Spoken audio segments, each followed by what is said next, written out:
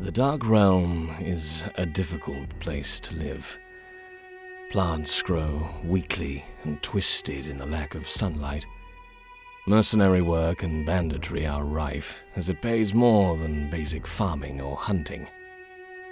The realm at large is ruled over from the great city of Guardia, an overpopulated, sinful place ruled over by a baleful king that we haven't seen in years.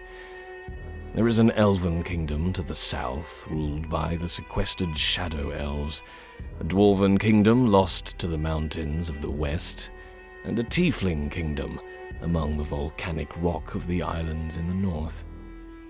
Great patches of our land are poisoned and deserted. There are tribal villages, beasts, goblins, and orc warbands, of course, but we're trapped here. The mists are a mystery. Most who enter them never return. Those that do are changed in such a way that they are unrecognizable or utterly insane. Nothing comes out of the mist, but it surrounds us, calls out, poisons, frightens. Couple that with the almost endless darkness, and the Dark Realm is a very difficult place to live.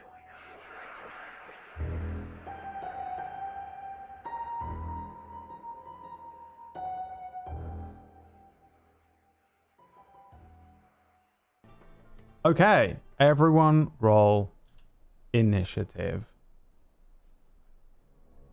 Just getting right into it. Will slams a door behind him, and you hear one of the dwarves further in, the older dwarf, of the dwarves that had stolen your things a couple days ago in Kira, shout out, "Who's there?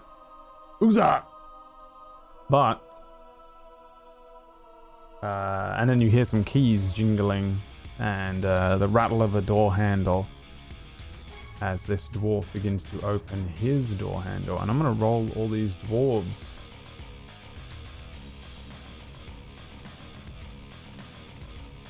Initiative, starting with the old man.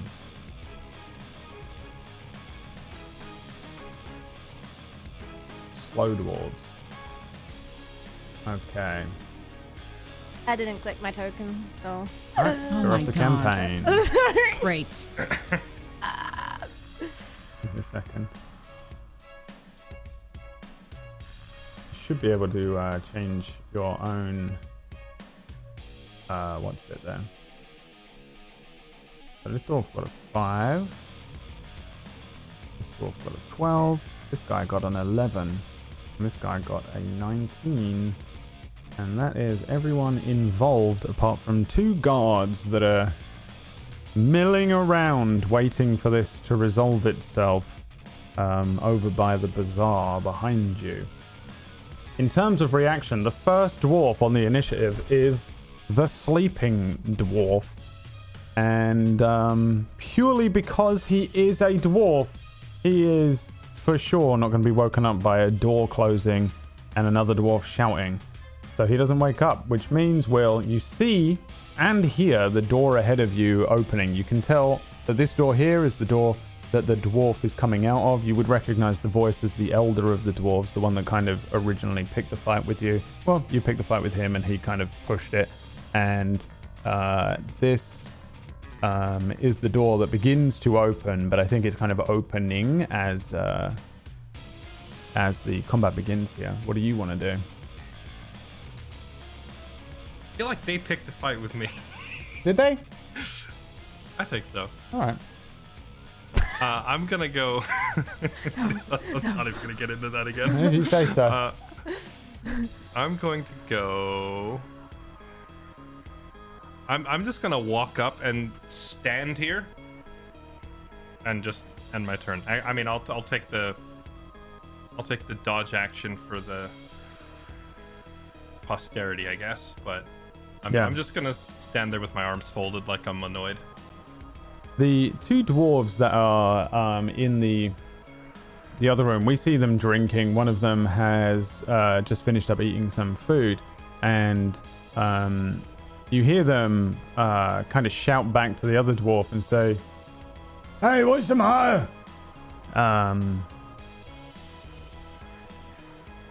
But I guess they probably wouldn't do anything either. I don't see why they would. They don't know that you're here, so they will probably just carry on drinking. If I drink my beer, my mead.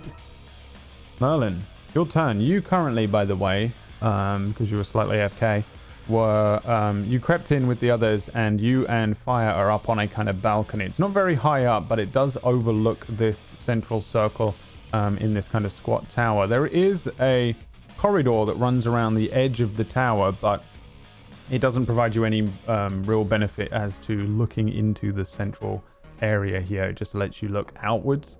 But from here, you're about 10 foot up and looking down into this entranceway. And yeah, what do you want to do? So I don't know if I'm gonna do the whole thing now. Do I do it now? I guess Merlin turns to Fire, and he tries to grab her attention. Am I doing the thing now? I don't see any of them. I don't think you should do it now. The whole point is to get them all around it and then do it. Right. Okay. Well, maybe I should cast something near it or draw their attention. Sure. Okay, with that, I'm going to cast Minor Illusion. And, create, I guess, some sort of commotion going on in front of the green barrel. Okay. When you say some sort of commotion. I guess I'll make it look like a little Merlin's going through their stuff. Okay. Very well. Fire, it's your turn. Okay. Does anything happen? I don't know if that illusion has sound.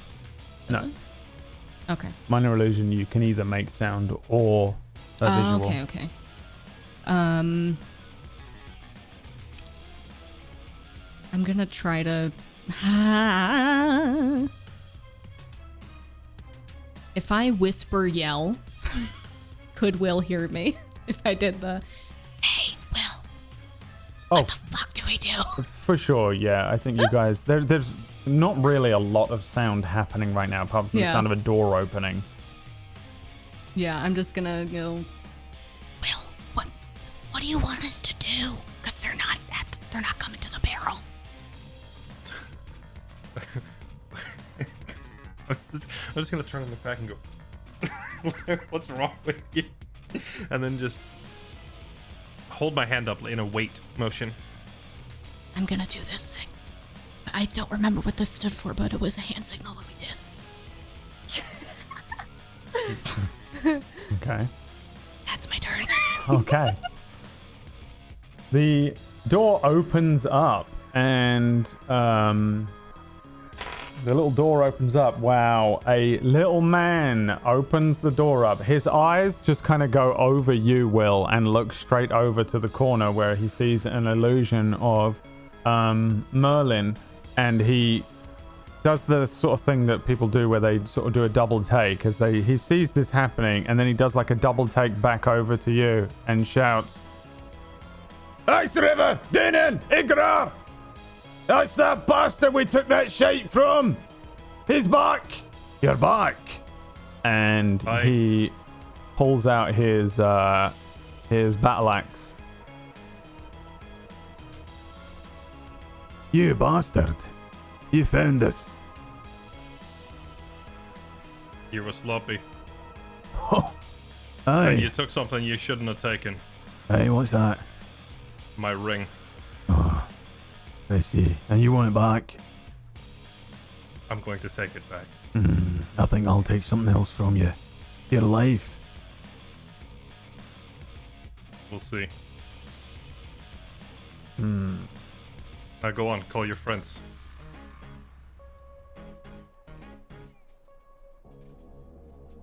What would this old man do?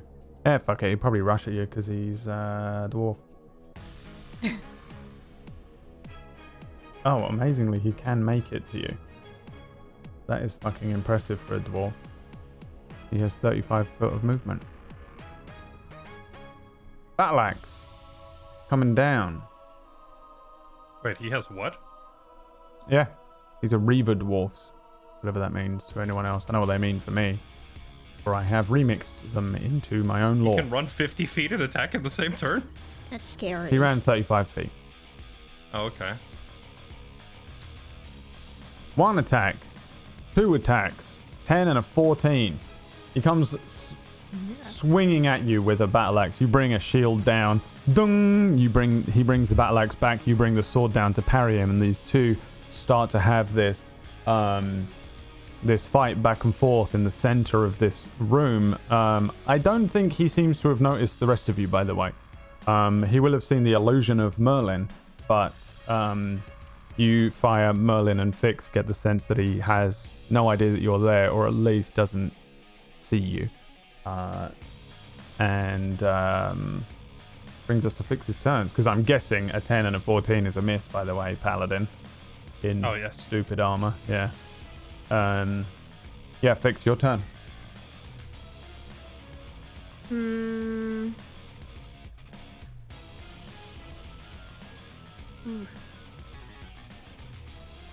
Ooh.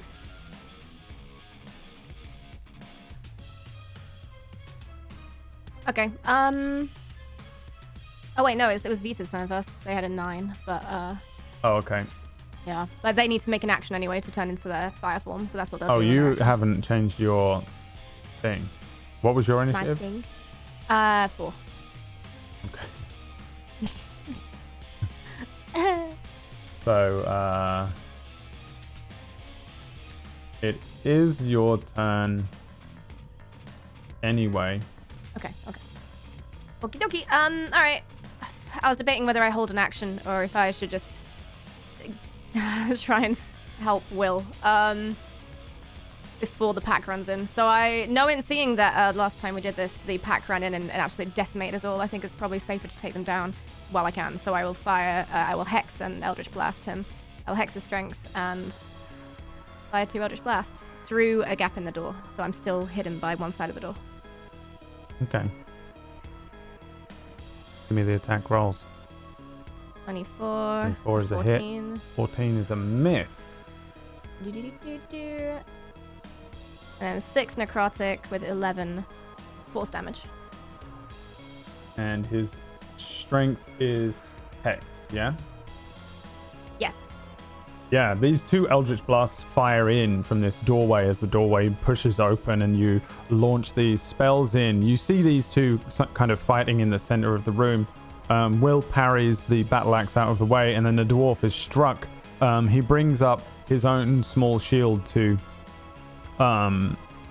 just defend behind him reflexively. And the Eldritch Blast strikes that. He doesn't look at you, but he looks up to you, Will, and says, "Oh, so you brought your pals, did you?" I learned from my mistakes. Now I'll dip behind the door so I'm not in view. He's going to shout, "Igrar! Wake up, you lazy bastard!" And I'm going to roll a Constitution saving throw because this is a dwarf to see whether he wakes up or not. If he gets under a 10, he's just going to stay asleep. Wow, he woke the fuck up. No. Hey, I'm up! You hear the scuffling sounds of a dwarf jumping out of the bed. You hear the sound of a battle axe being dragged across some stone. And then this guy will have been prone, so he can really only get to kind of here. You see the door begin to open, but I don't think he's through it yet. I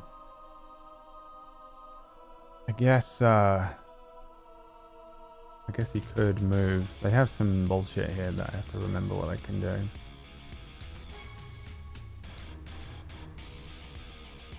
Yeah, I guess he'll push open the door and run out behind you, Will, but that's the end of his turn.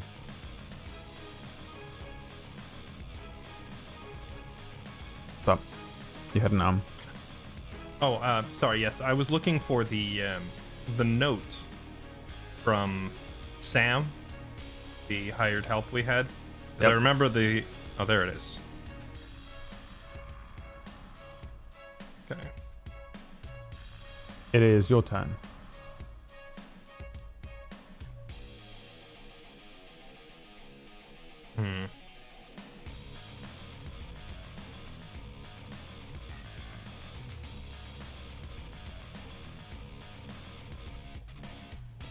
You have to get them within 20 Okay. feet of the barrel if that's what you were curious about. So Yeah, kind of around here. Get Yeah, them in I this was area. looking because I remember she told us the exact radius that the barrel would explode in. So I was looking to see. It's basically the same size as Merlin's fireball. So I'm trying to... Because I know those other two are just going to come running out the door, and they're going to run right past the barrel.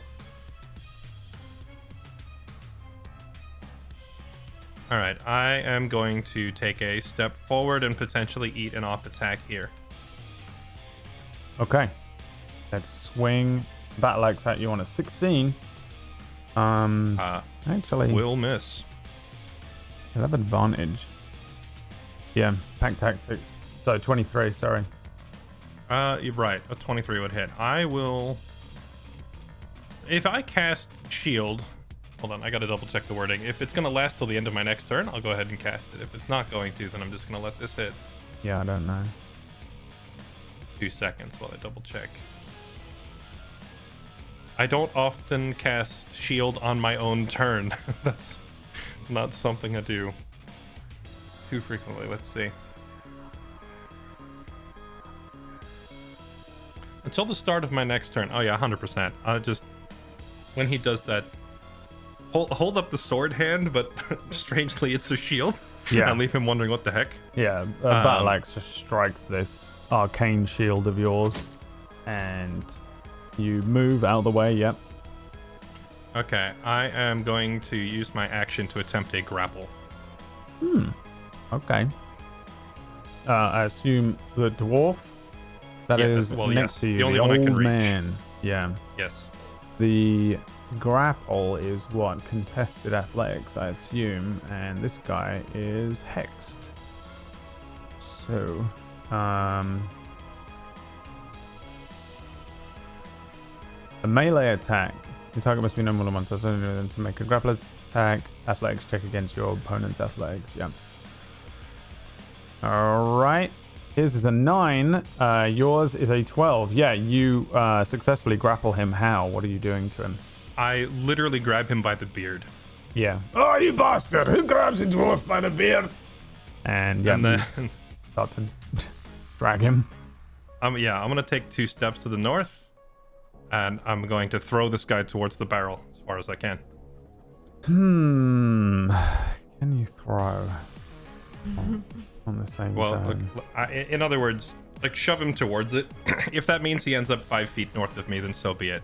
If I could get him further than that, fantastic. But Well, I know you if he can just- move them around a little bit on a grapple, I think. I'm just seeing what...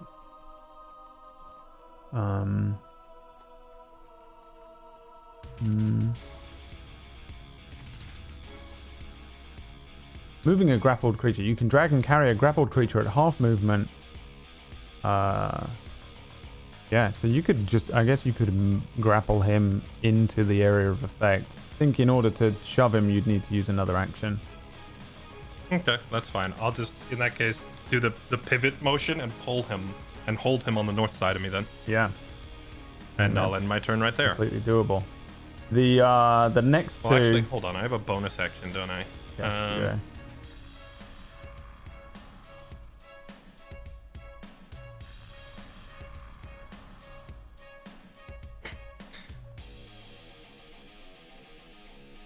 Epic amounts of overkill. As a bonus action, I'm going to cast Shield of Faith on myself. Okay. Is that the one that gives you +2 AC? It's a +2 AC, yes. The So now I door... have Shield in the left hand, Shield spell in the right hand, Shield of Faith floating in front of me. Let's go. Yeah. The door ahead of you kicks open, and these two come running through. They see you. They move into a sort of position here. Let me think a second. What are they gonna do with you? Oh, these guys have got crossbows. Actually,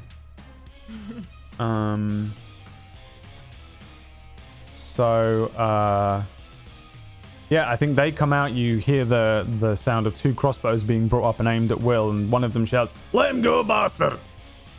The other one says, "Oh, who grabs a dwarf by the beard? You're sick!" Do you let him go?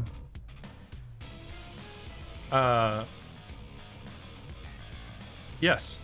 I'll let him go and put my hands up. All right.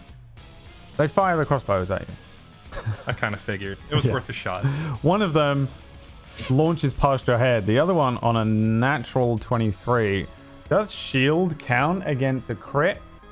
What's the rules on magic shield? I'm pretty sure they hit regardless on a crit. Yeah, I think so too, but I'll look at it.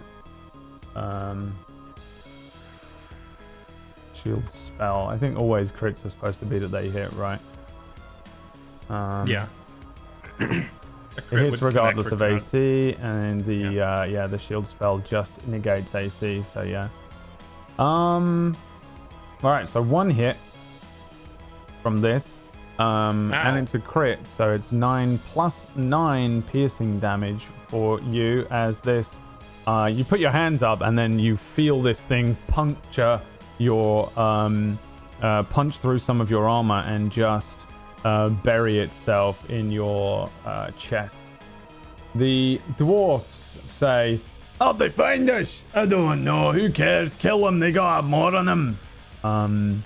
For the record, it looks like they can only see Will and Fix. These 2 don't see the illusion of Merlin behind them. The other 2 do. And then it is Merlin's turn. I think I'm going to...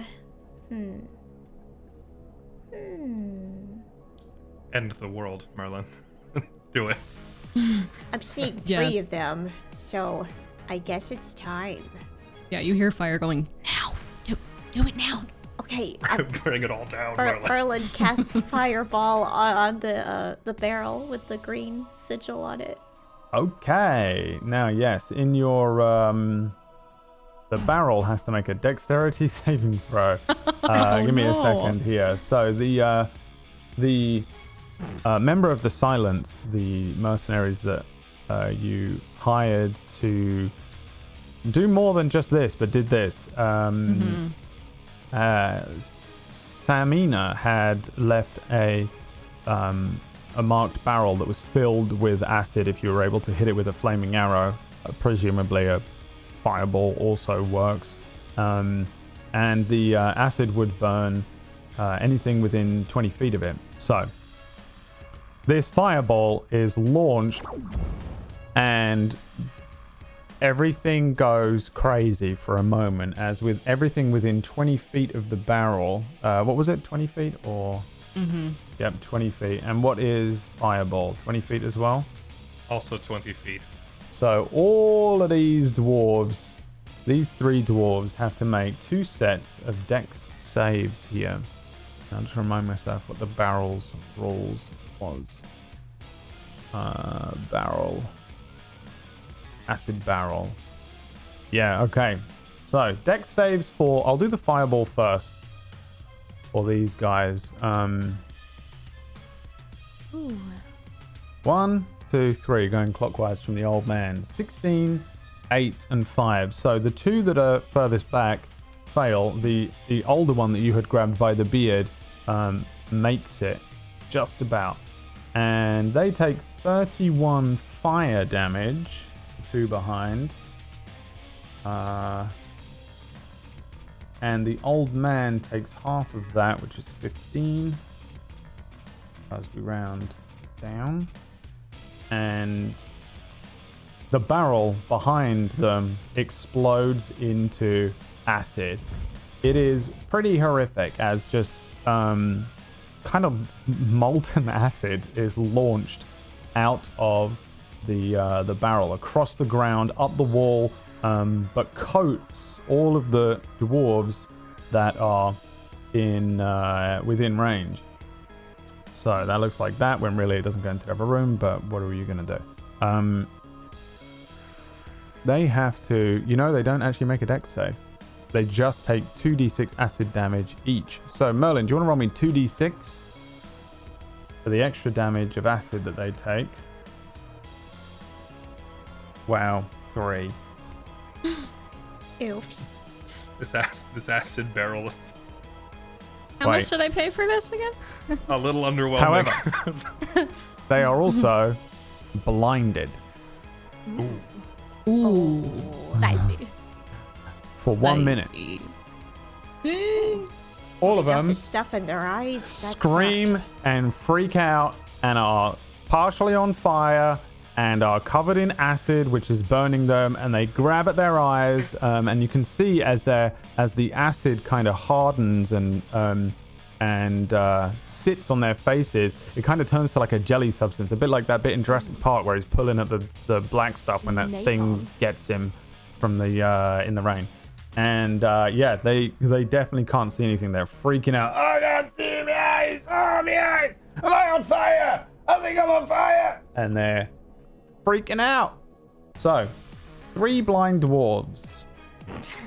I'm sorry. Is 3 that funny? blind dwarves. Yeah, that's 3 what I blind thought. dwarves. I'll just give them a little symbol. And the back 2 look relatively hurt up, but one of them, the sleepy dwarf that had come running out, that is hysterical, that I called him Sleepy Dwarf, is looking brand new. So, Merlin, that was just your action. You still have a bonus action and possible movement. I think I'm going to stay right where I am and brace in case for possible impact. Okay. Vita's turn. Vita will. Ah, you bastard. Orange one's the old man, right? Yes. Yeah. Alright, Vita will go over to there and take the help action. Yep. That's that. All right, Fire's turn.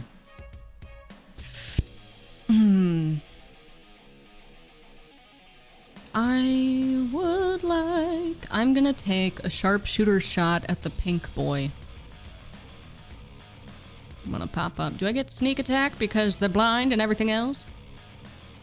Yeah, you get sneak attack just because they didn't know you were there, to be honest. Yeah. So you have, Oof. But I get advantage you have because... advantage. Yeah, you have advantage. Yeah. Oh, 15? 15. Still a miss. You fire and an arrow launches into the door frame behind where they are, which is now covered in acid and kind of burning molten acid as you just miss. I just ducked back down and I hope nobody saw that. Okay. Old Man Dwarf. That's what I'm calling him. They do each have names, but he is freaking out. I guess he's just going to swing wildly at you. Oh, wait. He can do reckless attack. That gives him advantage. But attack rolls against him have advantage until the start of his next turn. So bear that in mind. The old man goes absolutely insane. These do not have advantage. They have disadvantage and advantage at the same time, so it negates both, and it's just whatever the standard attack is. 2 wild swings coming at you, Will, on a 16 and a 21. If they're not crits, they don't hit. Okay. The guy is just swinging wildly. I'll kill you! I'll kill you, human, you bastard! Swinging, missing. Fix, your turn. I am going to run over here. Wait, hang on. Hang on. Yeah, actually, here, just one step behind. And seeing them on fire, I say, let me put that out for you, and I'll cast Icy Hands. Oh, Make that a would be dex save. lovely if you do. I guess you hit them with a horrible spell, and Yeah, it's a cone, a 15-foot cone, so they hit all of them, and it's just from my gauntlet, just a blast of ice spray comes towards all of them. And they what do I have to do? Dex saves? Yep. And would they have disadvantage on those? I guess they don't, but I don't know what the rules are with blind, and you know what, I can find out right now by looking at this thing. Can't see, automatically fails any ability check that requires sight. Attack rolls against creature advantage, and the creature's attack rolls have disadvantage, but I think his thing with they don't know what the hell is happening, and then suddenly they're being hit by cold, so I think that's disadvantage. 9, 6, and 5 versus your spell save DC. Yeah, they all fail. Take 19 cold damage, and the old guy will take the hex damage as well, which is 3 necrotic. Okay. Yeah, that hurts, doesn't it? They're just screaming at this Like, point. yeah. They're just absolutely screaming. This is horrific. And then I look at the old man and I say, surrender. I don't even know if... Give me an intimidation check with advantage. Oh my god, I finally get to use my intimidation stat. A 13. He's going to have disadvantage. With a +7! I'm in pain. There's a 4. And that is a natural 20, but he had disadvantage, so the 4. He says, "Oh, you can take our stuff, take it. Get out of here." The dwarf behind you, who is completely fine, he says, "Great Dag, pull yourself together. He's not even got a sword." They're looking at you, Will, with your little... Can I turn and glare at that one that just spoke and just give him my best you're next stare? Give me an intimidation check as well.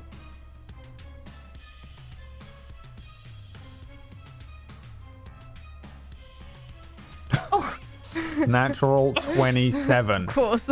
He says, "Great Dad, I was good while it lasted. I quit." And he just starts running away. Do you want to exit combat as a win? You've won. If you'd like to, there will be no counterattacks from them. And you can just tell me what you do out of combat. Alternatively, if you want to stay in combat and just keep, if you want to brutally murder them. I gotta stop and think about it, because we surrendered to them before and they beat the crap out of us and robbed us. And even here, I put my hands up and surrendered and they shot me anyway. Yeah. So in my mind, surrender kind of doesn't mean much at all with these guys. Okay. If no one else in the party says anything, it doesn't look like Will is going to stand down. All right. It is technically this guy that's running away's turn, and he is going to run away. He can run all the way out the door. And so he does. He runs out of the door and is fleeing the map. Will, it is your turn.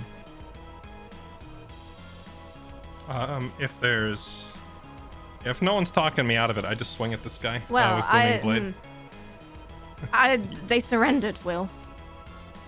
We can rob them of all their worth. Their pride is beaten.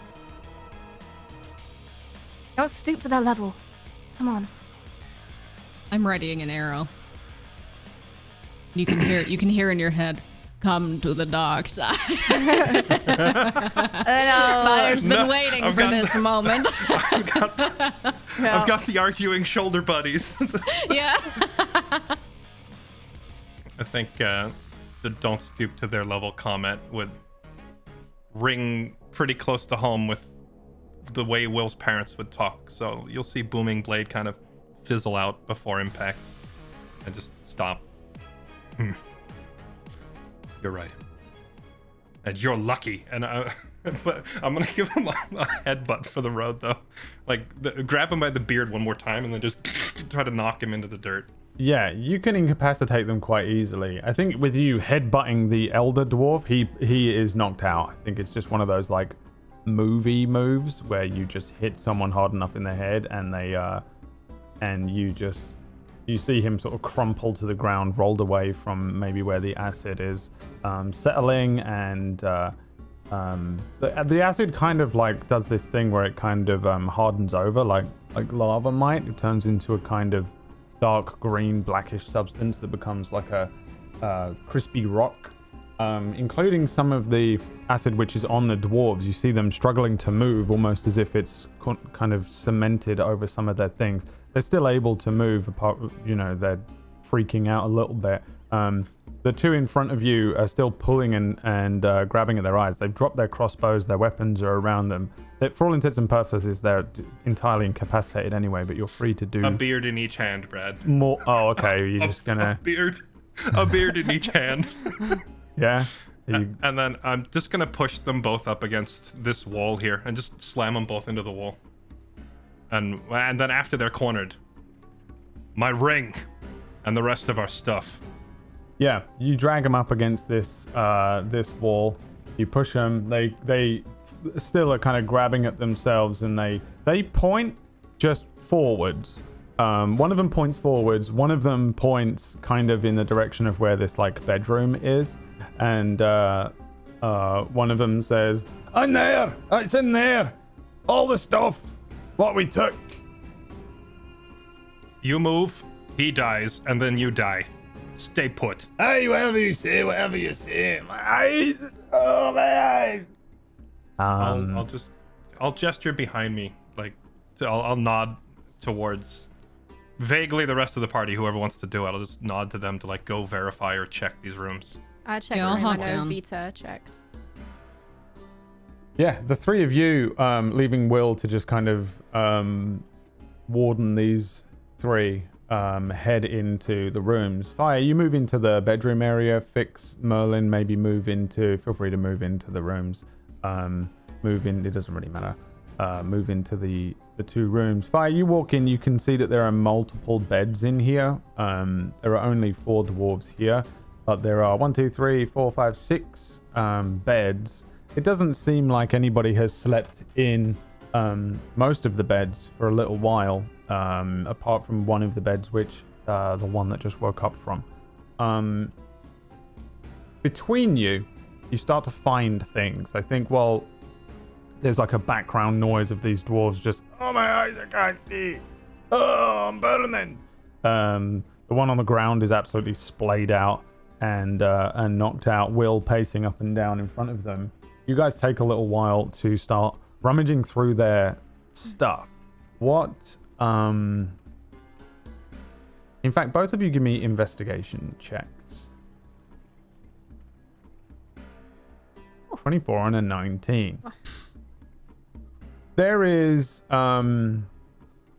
just a bunch of stuff here. You start finding little boxes, barrels, casks. There's shelves and desks and drawers filled with all sorts of things of varying different values. You find food, you find weapons, you find armor, and you find stuff. What I'm going to do for you is just copy it into our Discord DM, because it's a lot of things.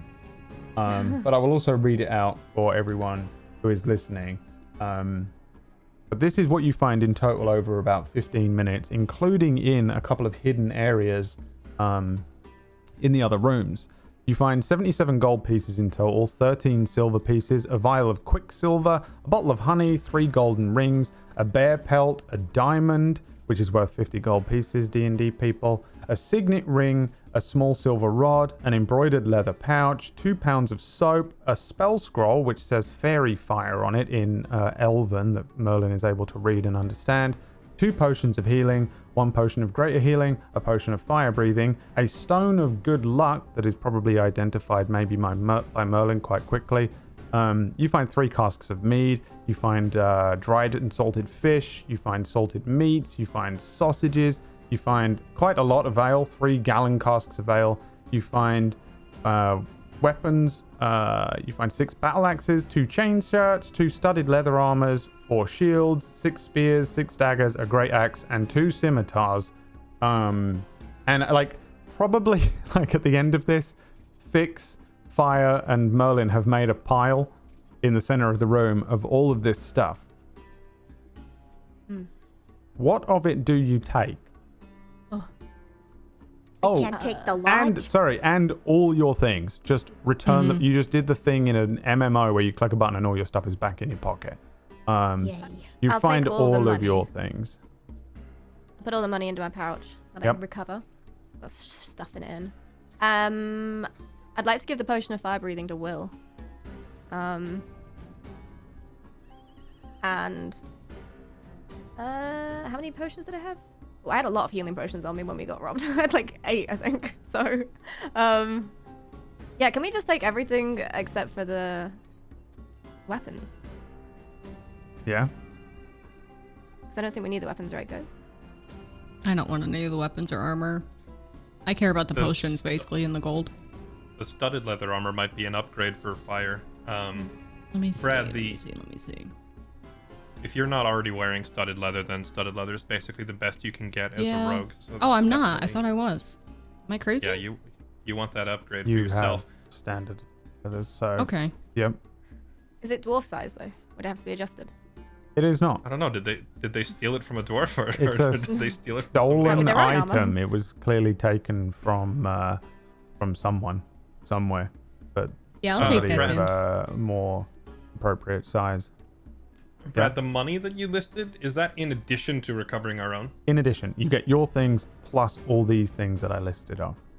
I also gave you the monetary value of each thing in there in case you wanted to kind of fence it off. It's a general understanding of how much it would be worth between you all. If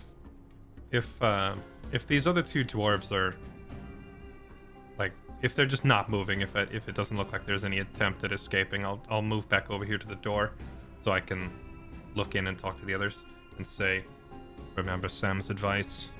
A lot of that stuff is wanted. You may not want to be caught with it.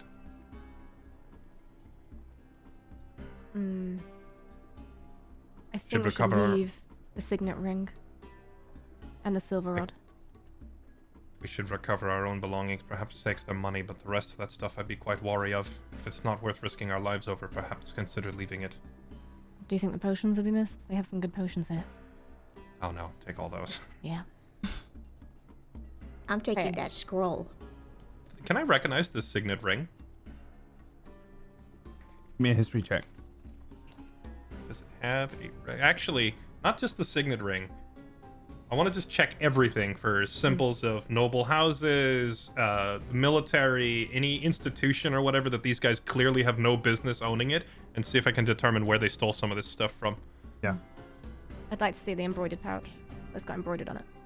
A 14 on my history.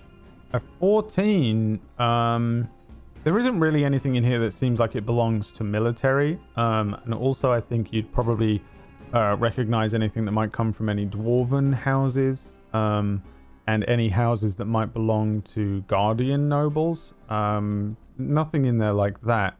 The signet ring has a sort of cloud and thunderbolt on it. Fricking Zeus. They robbed Zeus. Oh Maybe. my god. But yeah, you get the sense that this is probably a house emblem of sorts, but you don't know which. It's not one that springs to mind as one that you recognize, but you get the sense that this is probably a lesser noble house of somewhere. Generally speaking, this stuff you're not sure where it comes from, but it doesn't seem to belong to... Certainly doesn't belong to military and doesn't belong to any of the noble houses that are the greater noble houses that people would know in and around Guardia or Gofreda.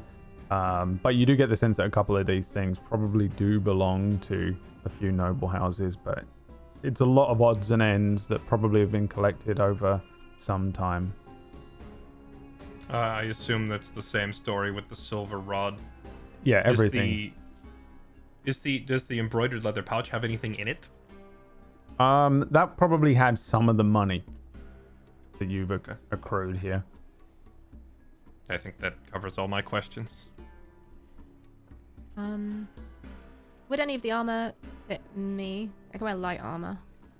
The like- studded leathers would, yeah. Okay. The 2 sets of studded leathers look like they fit. It's not really a one-size-fits-all thing, but the way that it fits on the chest is just kind of like a thing that you put over your shoulders and strap at the waist. So it kind of just fits a general body size of a humanoid around you guys' size. Probably Merlin would be swamped in it. And it wouldn't fit like maybe a really large orc or something, but both you two would be able to wear it, even Will. If you can wear light armor, yoink that. Studded leather's the best light armor we can get. Yeah, I'd replace my armor anyway because I think my armor's completely fucked up. The amount of times I've had a strip torn from me in this campaign. Yeah.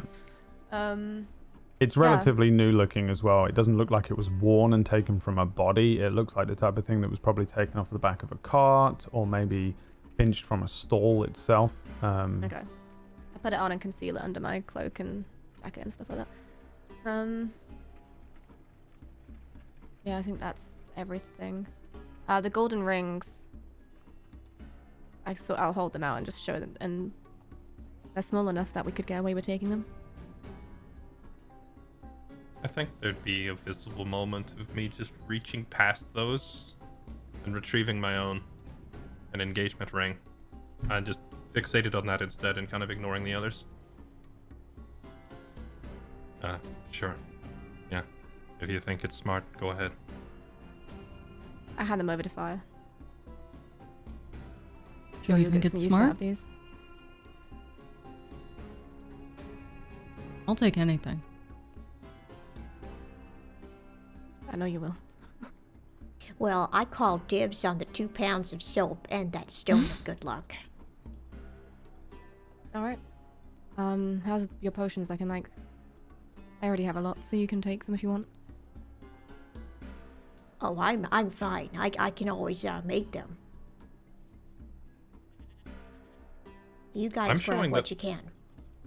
I'm showing that I have none, which maybe we just didn't divide them up last time Yeah, we bought, or maybe I never Fix distributed them. Okay, gotcha. They were stolen in that straight case, away. Yeah, I have Okay. that. In that case, will definitely speak up. I could use a few. I'm out. Yeah, I'll give you the 2 potions of healing and greater healing. In fact, I'll give you 3.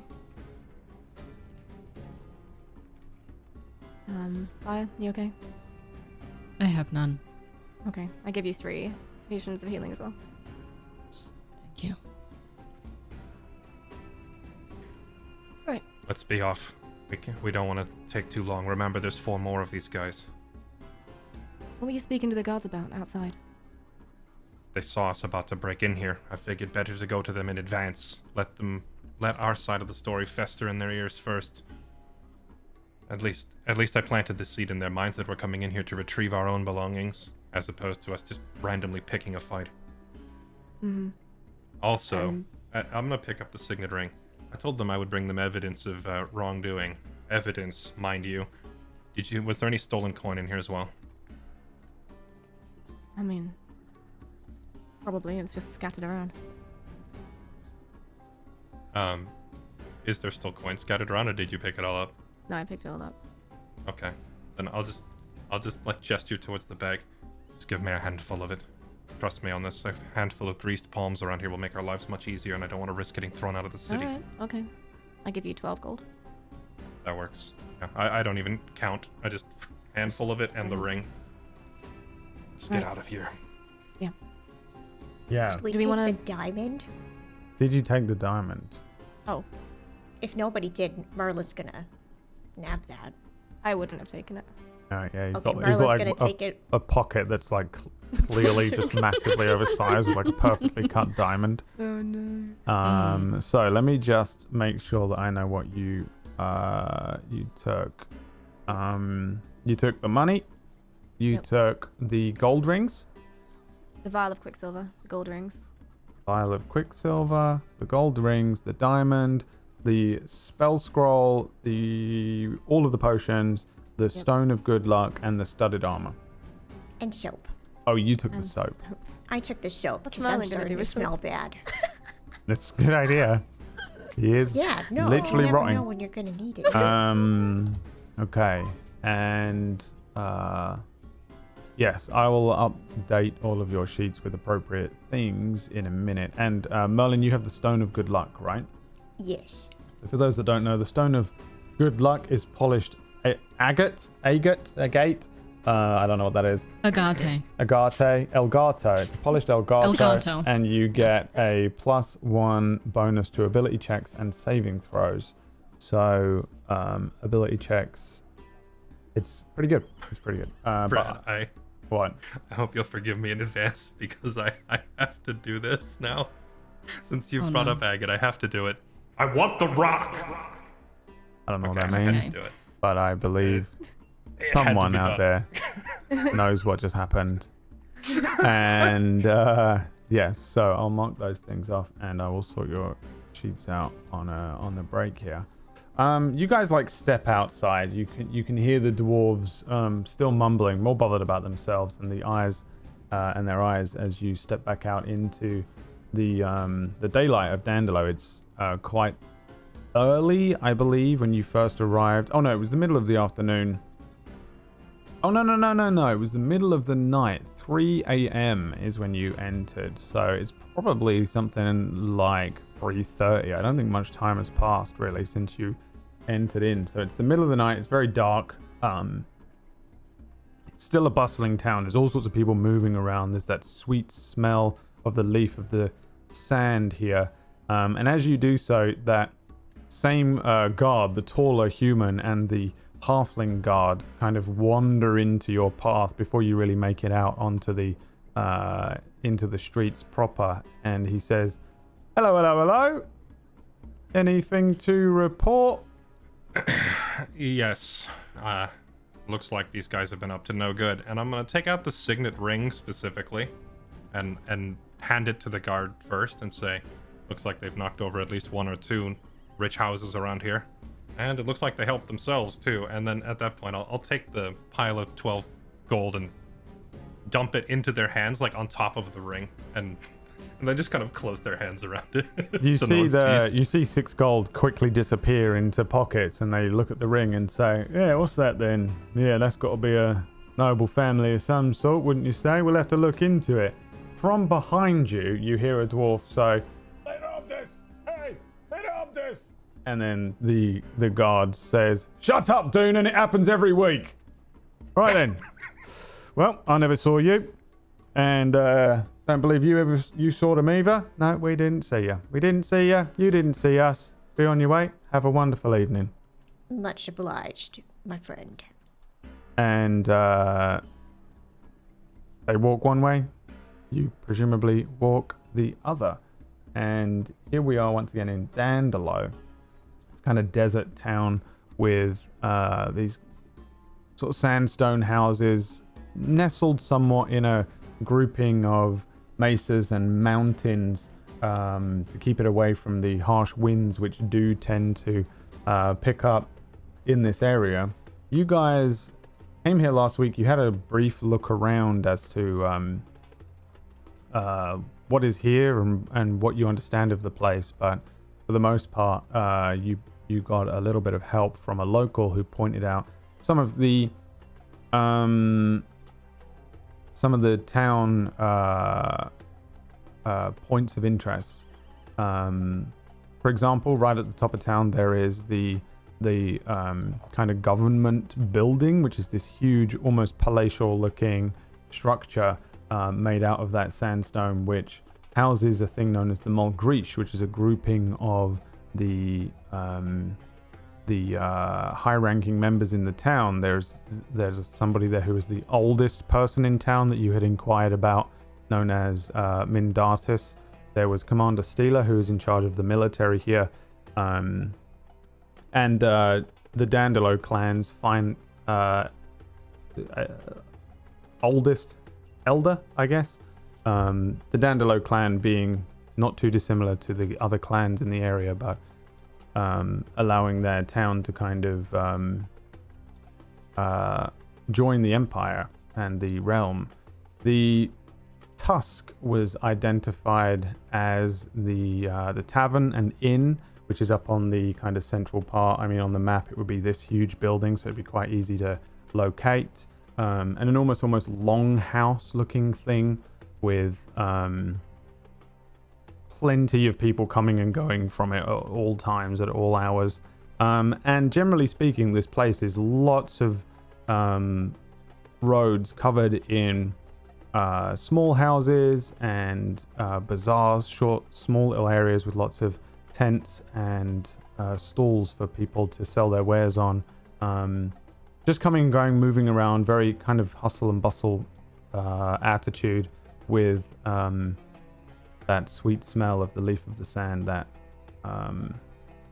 tobacco, let's call it, that you can smoke, that makes you feel a little nice, a little lightheaded, a little bit better, and doesn't last very long. So a lot of people here smoke it because it doesn't travel far before falling out of use. What is the plan for you all here? Oh, and also, sorry, the mines, the whole reason you came here. There is just a huge area on the eastern side of town that is accessed by going all the way up to the top of town, crossing a large bridge, and then heading down into this kind of mountain range.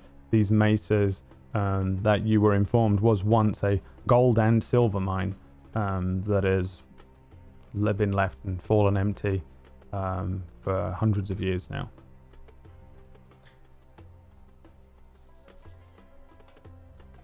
I had a question on the tip of my tongue, and what is I tried looking up potion of fire breathing in the handbook and online, and I couldn't find a hit. Can you tell me how this thing works?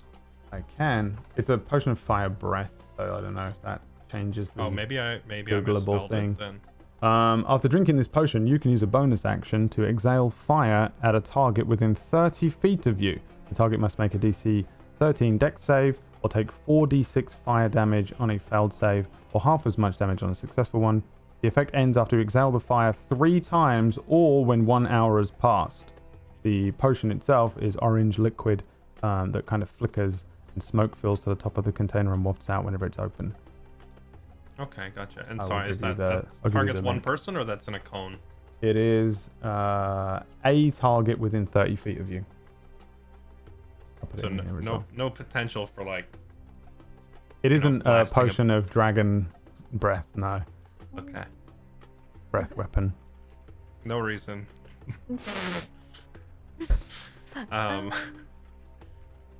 I would like a short rest, if it's possible. If we have time. We should make time. I agree. Agreed. Heading Tend to towards some of your the- wounds, Will. Yeah, I'd like to head towards the mines and then take a short rest just before we go and investigate them. Okay. I want to talk to that elder before we head Oh, yeah. down, just Yeah. in case he's got any key info. So maybe we head up towards the elder's place and then take a rest up there somewhere and then go talk to him. That's fine. Okay. So you guys start moving through this town. There are points where people stop you and offer their wares, things that probably wouldn't interest you, things for your house, and trinkets that you can hang above the door, good luck charms, a thing that's almost like a web that you put above you while you sleep, and it wards off bad dreams and all these kinds of things, all different prices. For the most part, I imagine you kind of brush past them. These are all things that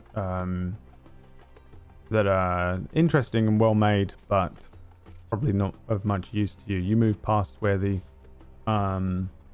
it's kind of center of town is, where you see this huge inn with a huge amount of people coming and going from it at all times, and then make your way around to a set of stairs that, compared to the rest of town where you have these kind of rough stairs that are either carved out of the mountainside themselves or laid loosely out of crumbling kind of sandstone, you find a set of stairs that are relatively well maintained. Moving up them, there is an arm rail that you can hold on to as you step up these stairs, which doesn't sound like a luxury, but really is. Once you get to the top, there is this very large structure with multiple towers around the end. It almost looks like a castle, but probably you can quite quickly determine that this would be a terrible castle structure. The walls and things aren't really designed for defense, but it has a squat, square, cuboid look to it, with battlements that run around the edges, but it's almost entirely decorative. The towers themselves that sit at 3 points of it look out and probably give a decent view, 360 view of the surrounding areas, but generally speaking doesn't seem like a military thing. A few of the people moving in and out of this building are a little better dressed. You can see them moving over to the few houses that sit to the west of town, where you get the sense that maybe the more distinguished members of town, the nobles, might live. However, as you do move towards this area, a gentleman in the military uniform moves towards you. You get the sense that he's not just a duty guardsman like the ones that you had met at the entrance or had just paid off as you're walking around. He seems a little more well-mannered, first of all, and a little bit more strict and to the point. Short, cropped hair, well-shaved face, and he moves towards you. As soon as you kind of round the top step and get a good look for the first time at this this building, he moves over to you quite quickly. I think he glances at your armor and your shield, Will, but addresses you as a group of four and says, "Good afternoon." Afternoon. It's the middle of the night. Any reason you might be up here? Travelers? Out for a nightly stroll. I can't remember the name of the dude we were here to visit, but I would tell him that name again. It was, the name you were given was Mindartus Eranafa. We came hoping for an audience with Mindartus. Mindartus. And he's expecting you. No, we've just arrived. If he's not available now, then perhaps we can determine the best time to come back and find him. And what might your business be with the Mongrish? A history lesson. Namely, we need literally someone who's been here a long time. Questions about an old dispute in my family regarding the ownership of the mines here under town. Give me a deception check, but you can have advantage because it is not entirely a lie. Can I hex his insight? His wisdom? You can, but it's going to be obvious that you're casting a hex. Oh, okay. Never mind then. A 16. 16. He looks you up and down and says, "You served?" I did. And turned to private work? This is more personal. Though, I don't necessarily turn down work, if it's reasonable. Yes. Well, yes, if you wouldn't mind, follow me. I'll take you to, I can take you to the entrance. From then on, you'll have to speak with the officials who deal with Mindartus and his schedule. It's rather late. He might be asleep. Politicians in general. They, Are you Steeler, by the way? He turns and says, "Me? No. No, that..." He turns back and nods at three of you, but puts his hand out to you, Will, and says, "My name's Chady." I'll shake his hand. Commander Steeler, he doesn't go on patrol anymore. Turns away from you and moves towards the entrance, bringing you up to an open area. You can actually see quite a few people moving around, and a lot of people here are not dressed in a lot. It isn't warm. This is middle of the night, pretty cold, and it wasn't necessarily warm during the day either. This isn't a desert location where it gets very hot. This is a wasteland where nothing grows. The temperature remains pretty much the same as it does anywhere else around where Dandelo sits, where it does grow. grass and things like that. The only difference is that, if anything, it might be a little colder here because there's quite a lot of flat plains that are open. The soldier leaves you at an area outside of this huge fountain. There's an awning that sits over the top of most of it, and there are areas where you can sit. But the fashion choices here seem kind of strange in the cold. There are people that are wearing very little more than loincloths and pieces of cloth that just barely covering parts that are usually covered. When they move around, they nod at you politely, and everyone seems to be very, very relaxed. Many people moving around with tankards of ale, glasses of wine, a lot of people smoking the leaf of the sand, and the official moves away from you and heads inside. After a little while, a halfling comes out wearing fine clothes, the type of thing you might expect to see among Guardian nobles.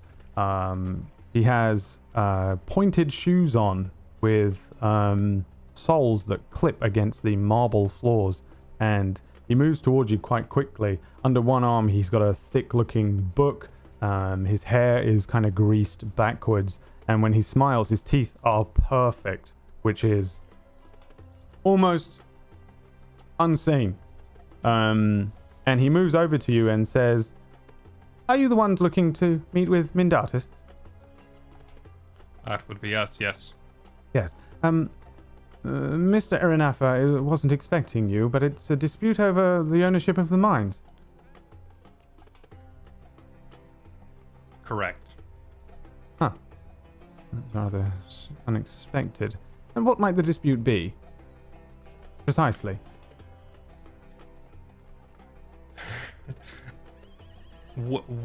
I'm gonna try and answer this one.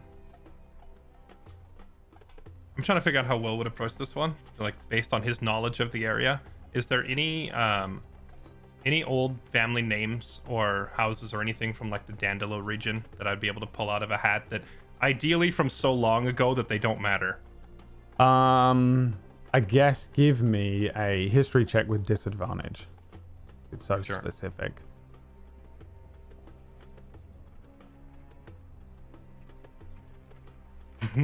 A 5. Not really. I think you probably know that most of the native clan members from Dandelo have interesting names. They're usually called things like Shifting of Storm and Seven Wing and things like that. So you can attempt to make one up. If I don't know one off the top of my head, then I'm gonna dodge the question or not dodge the question, but I'm not gonna try and answer it that way. Instead, I'll just tell him, I had an ancestor who traveled here under guise of some sort of a claim to the mine, and he never returned home. This occurred over 20 years ago. I'm here to get to the bottom of it. Right. And your 20-year-old ancestor is a member of the Dandelo clan? No, his name was Randalortis of Guardia. Randalortis of Guardia? Oh, how on earth could he possibly have a claim on the mine? That is an interesting question, which is why I'm trying to figure out who sent him the missive in the first place. Right. Well, I was here 20 years ago. I don't recall anybody from Guardia having a claim on the... I feel like I might have found out. I suppose I could inquire a little further with the people. Yes, well, it probably would be a good idea for you to speak with Mr. Irinafa. I'll go and see if he is here in the building. If he's not, then he will have retired to his quarters, and I'm afraid he will be unavailable until tomorrow morning. If that's the case, perhaps a question or two that you might be able to answer for me instead. Very well. Why was the mine ever shut down in the first place? Oh, it collapsed. It's quite empty when it collapsed, as I'm to understand. They had been mining too deep in a desperate attempt to find more gold and silver. When was this? I suppose it would be a very long time ago. 500 years ago? Something like that. Really? So it's been inactive for 500 years. Yes, it's practically closed off apart from a few children that try and enter under fun and dares, though we try not to let them. I see. So that would mean if someone visited in the past 20 years and they headed down there, they couldn't have gone too far then, right? That's correct, yes. I'm not really sure if I would have that sort of information if somebody had come into town, wandered into the mines and died. We don't send patrols in there or anything like that. It's still collapsing. You can hear it every now and then, a rumble underground. I see. So if I wanted to go look for him, I'd have to go down there and find him myself, yes? Yes, I suppose, but I wouldn't recommend it. Well, I've come all this way.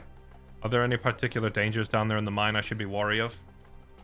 Well, apart from the mine itself falling in on you, trapping you or crushing you, I would imagine all manner of creatures from out there have wandered in, anything that lives underground. Every now and then we do have attacks from terrible creatures, usually things like giant scorpions, dust mephits. Scorpions, mephits. Sorry, Brad, what's a mephit again? It's like a weird little dust creature that is, I guess it's like a little fairy almost. I don't know what it's supposed to actually be, but kind of like little dust imps. Okay. Right. Well, it would seem that the answers I'm looking for are probably something I need to go recover in person rather than from a paper or a record. Right. Thanks for your time. Well, you're quite welcome. This claim of yours, I have to say, were you even to have any claim on the mine, there is no monetary value to it whatsoever anymore. All of the silver and gold was purchased by the Guardian officials, and, well, that's what sits in our pockets now. Right. I'll be honest, the money has very little to do with it. I just want to know what happened to my uncle and who lured him out here. Right. Yes. Sounds like he may have been tricked by some sort of a scam, but either way, I'm going to find out. Well, yes. Again, the mines are open, I suppose, if you wanted to go in there, find a way in. But again, I don't suggest it. Often? No, absolutely not. No. Has there been anything significant happening there of late? No. Every now and then we hear a rumble. Check? Yeah, give me an insight check. With my really bad insight, it's a natural one. Natural one. You have no idea if he's telling the truth or lying or what. Blank. I don't even know if he's blank. I just don't know if you I'm can blank. read this guy. Oh, okay, yeah. He certainly seems like an official. He doesn't seem like one of the locals here. In fact, Will, he seems more like somebody who you would probably meet in the upper quarters of Guardia, somewhere like that. Probably educated and sent out here for work. But yeah, his face doesn't really reveal anything necessarily to you. I'll turn back to the rest of the party. Well, it looks like we're going down into the mine. Anything else you think we should ask before we head down? Is that the only underground area around Dandelo? Well, I suppose not, but... Well, everything leads to the mines. The mines ran all the way underneath Dandelo, but there are other holes, usually made by creatures, though, on the outskirts, around the mesas outside of town. Though, as far as I'm aware, they all connect to the old mines. Right. I too also have a question. How often is it when adventurers go down there, they come back up to the surface? You know, just out of curiosity. Several people go in and out. The entrance to the mines itself is, again, children will run into the entrance, but go any further than the opening caverns here. Well, I can't say I've really any idea whether anybody has made it in or out. It's not really something that I have taken any interest in, nor have I noticed anybody do so. There really is nothing in there as far as I'm aware. What is it you're looking for? A body, perhaps? A body, signs of an operation, anything, some sort of a clue. I believe most of the mines have been blocked off by cave-ins, so you might need to excavate. If I wanted to circumvent one of these cave-ins, what would be the best way to do it? I assume good old-fashioned pickaxe, but that could take a while. Do you use anything else? Explosives, magic, anything like that to get through it? I don't believe anybody has tried in all these years. Is there a foreman or a quartermaster? No, I suppose there wouldn't be if they've shut it down so long ago. Was there a place, by any chance, where a foreman or a quartermaster operated out of? I would imagine so, a long time ago, but again, there's no money in it. Nothing in that mine. It's just a bunch of caverns now. Empty, aside from the creatures. Right. Well, first time for everything. You'll know soon enough if the four of us come back out. Yes. Have you been down there yourself? Absolutely not. Okay. Thanks for your time. Yes, you're quite welcome. Did you not need to speak with Mr. Aranafa, or would you? Well, you made it sound like he'd retired for the night, so wouldn't want to disturb. Unless he's feeling up to it to entertain an audience this late at night. It's unlikely, but if you did want to speak to him in the morning, then I'm sure he'd be willing to speak with you. If you have some claim, if anybody is to know anything on these mines, I believe he was, I'll tell you what. 200. He's 200 years old. I'll tell you what. Assuming we come back out in one piece, I'll come back and set that appointment. Yes. Oh, and he likes sweet teas, if you did want to butter him up for anything. Good to know. Noted. Well, if that'll be all, I'll return to my duties. Oh, you've been more than helpful. Thank you. Yes, Mr. Ray. Mr. Ray, and he shakes your hand, Merlin. Oh. Ooh, such a cool touch. Will, this is Merlin, Vix, Fire. We appreciate your time. Very well. Good luck on your search. I highly recommend that you watch your step in there. Very unstable, those mines. Thank you. Yeah. We'll try. Good day. Night. Afternoon. See, he did it too. Afternoon. Afternoon.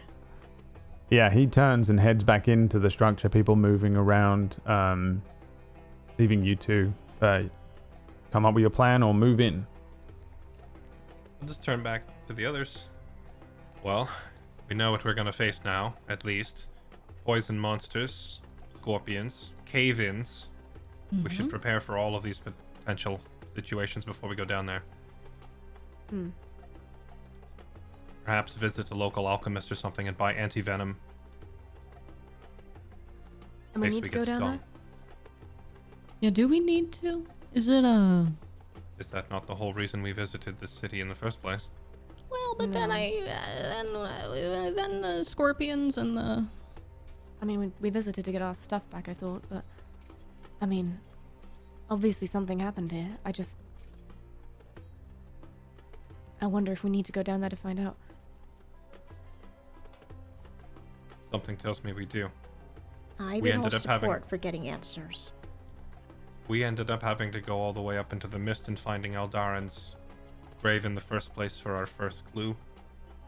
If this place is anything like it, we're gonna have to go down there and find another body. What Or at did least a resting place. What did it say about this place? The only clue was knowledge of the source saw me lost under Dandelo. And from talking to, what's his name, the guy at the beginning of town, it doesn't seem like there's any other underground locations of note here. No. I guess I just wonder what it means by knowledge saw me lost. knowing about it. But I will follow you if you think this is right. Well, I do think, well, I came all the way here to go under there. That was my primary motivation. Getting our stuff back was a very nice bonus. Then we on will top. do that. But you do That's raise a good point about the knowledge. Because Aldarin said, I was killed from my lack of knowledge, but I found the source, or something to that effect. And then the fellow who came here said, knowledge of the source saw me lost under Dandelo. They've both referenced this knowledge. But we don't know exactly what it is they knew. I wonder if the third person ever made it here. Or if they just took off. I have no idea. I know.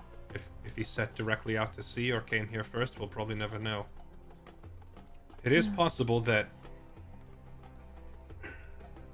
this They hurts my never brain. left.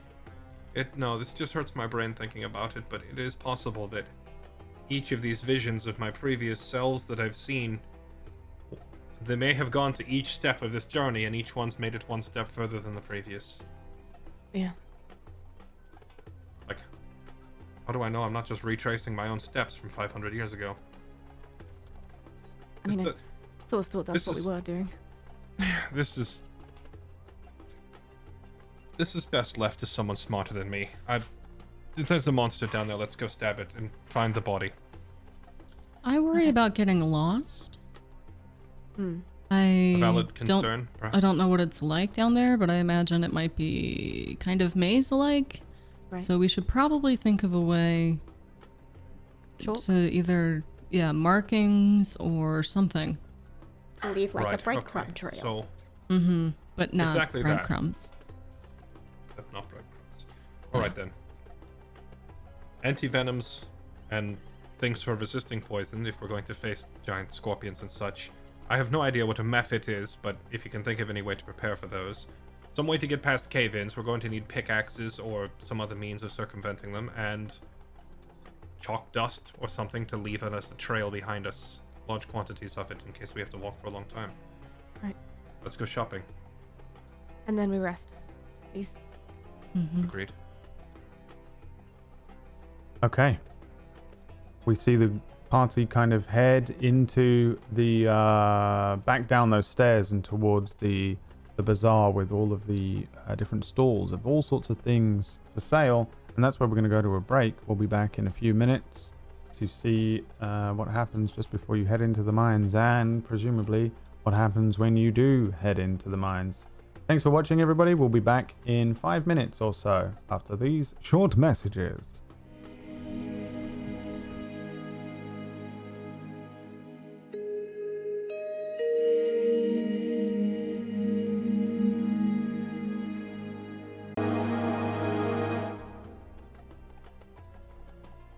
Welcome back.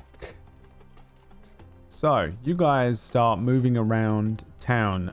You'll have at least an hour to do this. So if you want to do any, use any hit die to recover some HP and things like that, you can. Anyone that gets things back on short rest, all of your short rest abilities will come back. As you spend about an hour here wandering around looking for a few specific items. Chalk is 1 copper piece piece. You can buy as much of that as you want. Just let me know and mark off the amount of copper that Buy it 5 pieces. costs. And a pickaxe. I wonder if a pickaxe is a weapon. A miner's pick is 2 gold pieces. I'll get 2 of those. Okay. And then you wanted either an anti-poison potion or they probably would sell a ring of resistance in the town.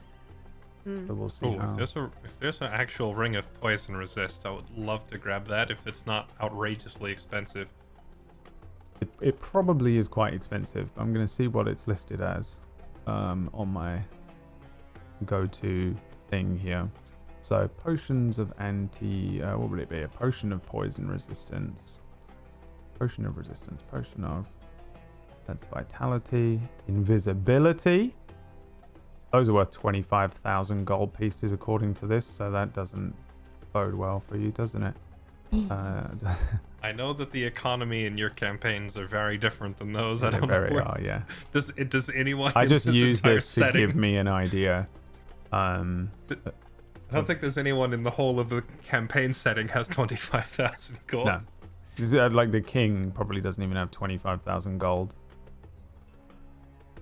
Okay. So that's that. And then a ring would be... Where are you?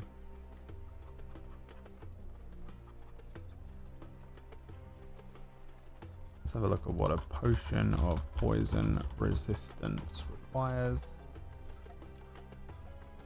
I was trying to look this up on the break there, but oh, okay, so it's just a massive difference in price. A ring of resistance. Let's say they are available in town. Let me see how much it is in this thing. Are they going to be priced so highly that no one can ever possibly buy them?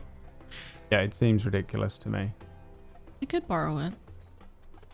Well, this is why adventuring parties steal everything. Oh, that will be 600 gold, even though all the gold you've made in the entire I think campaign honestly is... the reason things are priced this way in D&D usually is because it's better to find this stuff. You know, if you just buy everything at the beginning, what's the point? Because D&D originally is like, the king wants you to go into the dungeon and kill the goblin, and then you find, you know, a ring of potion resistance. Yay! But it is annoying when you I'm perfectly okay with your buying these things. So I'm going to base it off of these other items instead. So let's say a potion of poison resistance is 50 gold pieces, and a ring of poison resistance is 200 gold pieces. Oof. In this town. I would also like to buy some sweet tea. Oh, good shout. Nice thinking. And sweet tea is only for me, not for him. yeah. In this town, I would like to buy some for the whole party though. I'm gonna share some tea. knock off a gold for some sweet tea.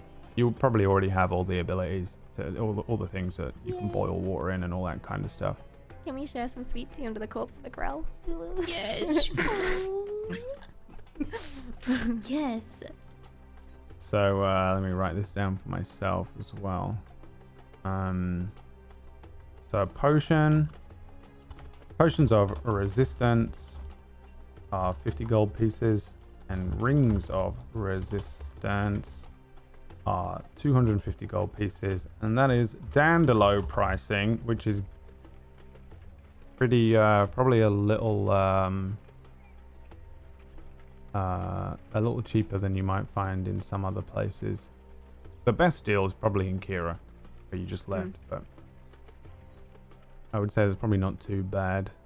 And that's based on some of the other potions and rings that are available already. So yeah, you wander around, you find these things. There's a couple of people. Let's have who's got all the money? Fix. Roll me a perception check with advantage. Oh, come on, please. Oh, look at me. I said please. All right. Thank you. So, Fuck do you. you want to? So you purchase like a few sticks of chalk. You purchase 2 miner's picks, and you purchase some sweet teas. Did you want to take any potions of resistance or rings of resistance? Are the rings Merlin is fully resistant to poison. Remember, he's immune.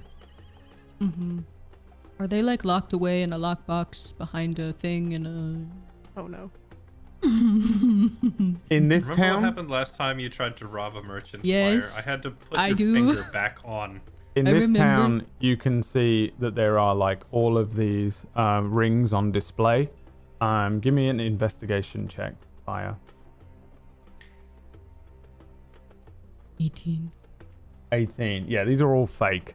The real thing is probably locked in a safe somewhere nearby with this stall that's selling all of these rings, and these ones are display rings that are just like, you walk up and he's like, yeah, rings of potion, we got rings of we got rings of resistance. Oh, I don't like lightning. Well, lightning no more. Lightning go away. Don't like fire. Well, don't worry about it. No more fire. What's the matter? Don't listen to him. So yeah, he's probably, you can tell that these are all display rings. Mm-hmm. I mention nothing to no one, and I just nod and smile. Okay. I know that like potions of healing, the price was scaled way the heck down. Maybe we buy some of those while we're here, and then potions of resistance are dramatically more expensive. So I'm not sure. Do we want to invest in one? Question mark.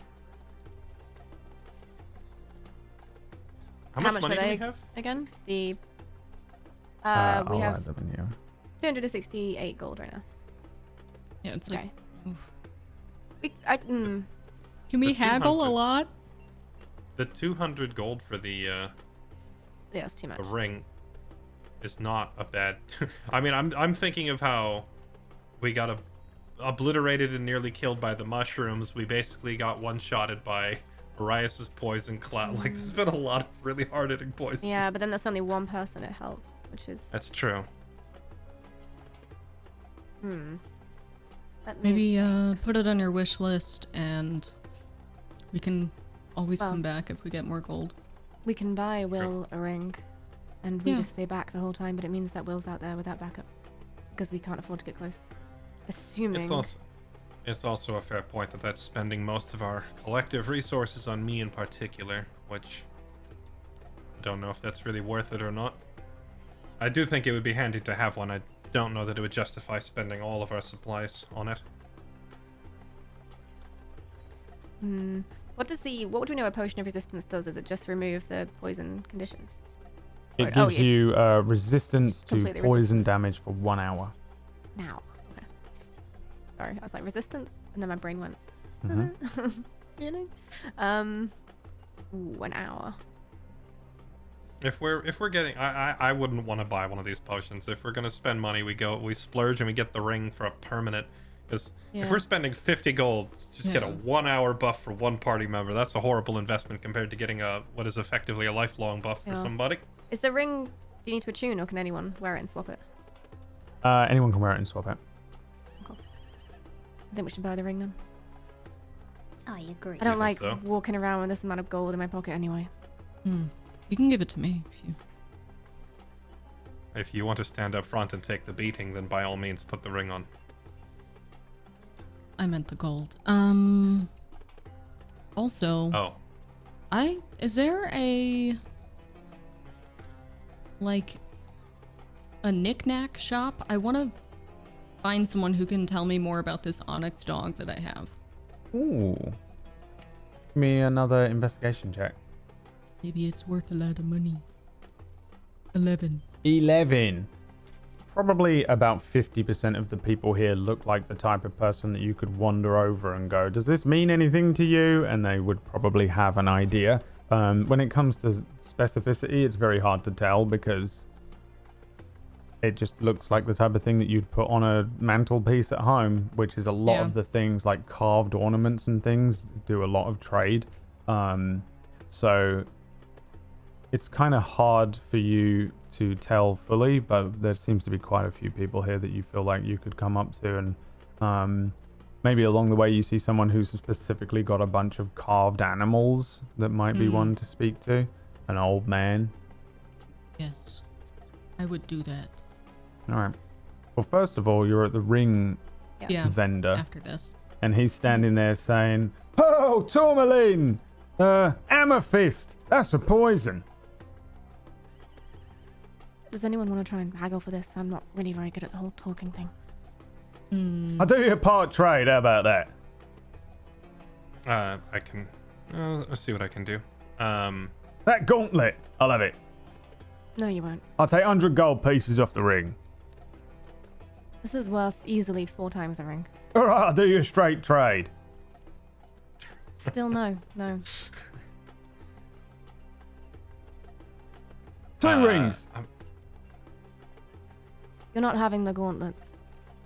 End of discussion. Well, now I really want the gauntlet, don't I? Yeah, give it up. All right. Just immediately because you're terrifying. I'm looking to see if there's anything we could offer him in a trade, but I have 3 gold rings now. oh, that's true. Yeah. Oh Yeah. yeah, you could sell it because they're worth. Yeah. Actually, yeah, And sell them all. Oh wait. yeah. We could. Do you we want could to sell totally them do here? No. It might be I'll pretty pull out ballsy one. selling them here. And I'll pull one really? out and just look at it and go, I wasn't really looking to part with this so soon. Pretty important. And I'll You look sure, at him. Fire? Give me a deception check.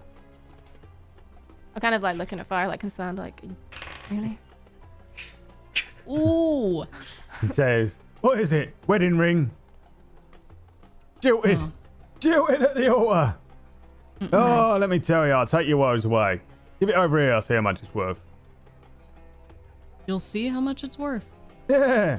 You don't know how much it's worth. You don't sell rings. What do you do? For work. I sell rings. No, you don't. He pulls out one of those things that jewelers have that's like a magnifying glass for one eye that I don't know what it's called. Yeah. Did we detect magic on it? Or any of the rings? No. Oh, okay. I'll just say, I'll let you look at it. Yeah, let's have a look. Ah. Don't get your dirty finger smudges all over it. Oh, come here, look at that. Cleanest hands in all of Dandelo. I hesitantly hand it over. He takes the ring, looks at it under the thing and says, "Yeah, it's not pure gold. Probably worth about... I'll give you 10 gold pieces for it." 10? You know for a fact that it is pure gold and that it's Yeah. worth 25 gold pieces. Oh. Not Oh, a man. chance. You should just take it back to Kiara and sell it to the other guy. I didn't want to sell it at all. I know it's worth far more than that. Oh, I'll put my hand it ain't up. worth far more than that. 5 more gold at max. 15 gold pieces for the old knackered ring. Absolutely not. What about this one? And I'll pull out another one. That's an identical ring. It's not. I'll give you 25 gold pieces for the pair. No. You're gonna lose out on this ring because of your greed. You know as well as we do you could easily resell these for 30 and up. Yeah, I'll do more than that. I can enchant them. Oh, well then it's worth even more to you then. I'll pull out the third How- one and go, how about- this one's 3 already identical enchanted. rings. No, shut up! Oh. 3 perfectly identical part gold rings. I'll give you 50 gold pieces for the 3 of them. Each. 50 gold pieces each. You ain't no ring seller. Yeah, I'm definitely What if we did 25 selling each? to this guy. What if we did 25 each? And you toss in that ring of poison resistance? 25 gold pieces and a ring of poison resistance for 3 old knackered rings from a jilted wife. I don't think so.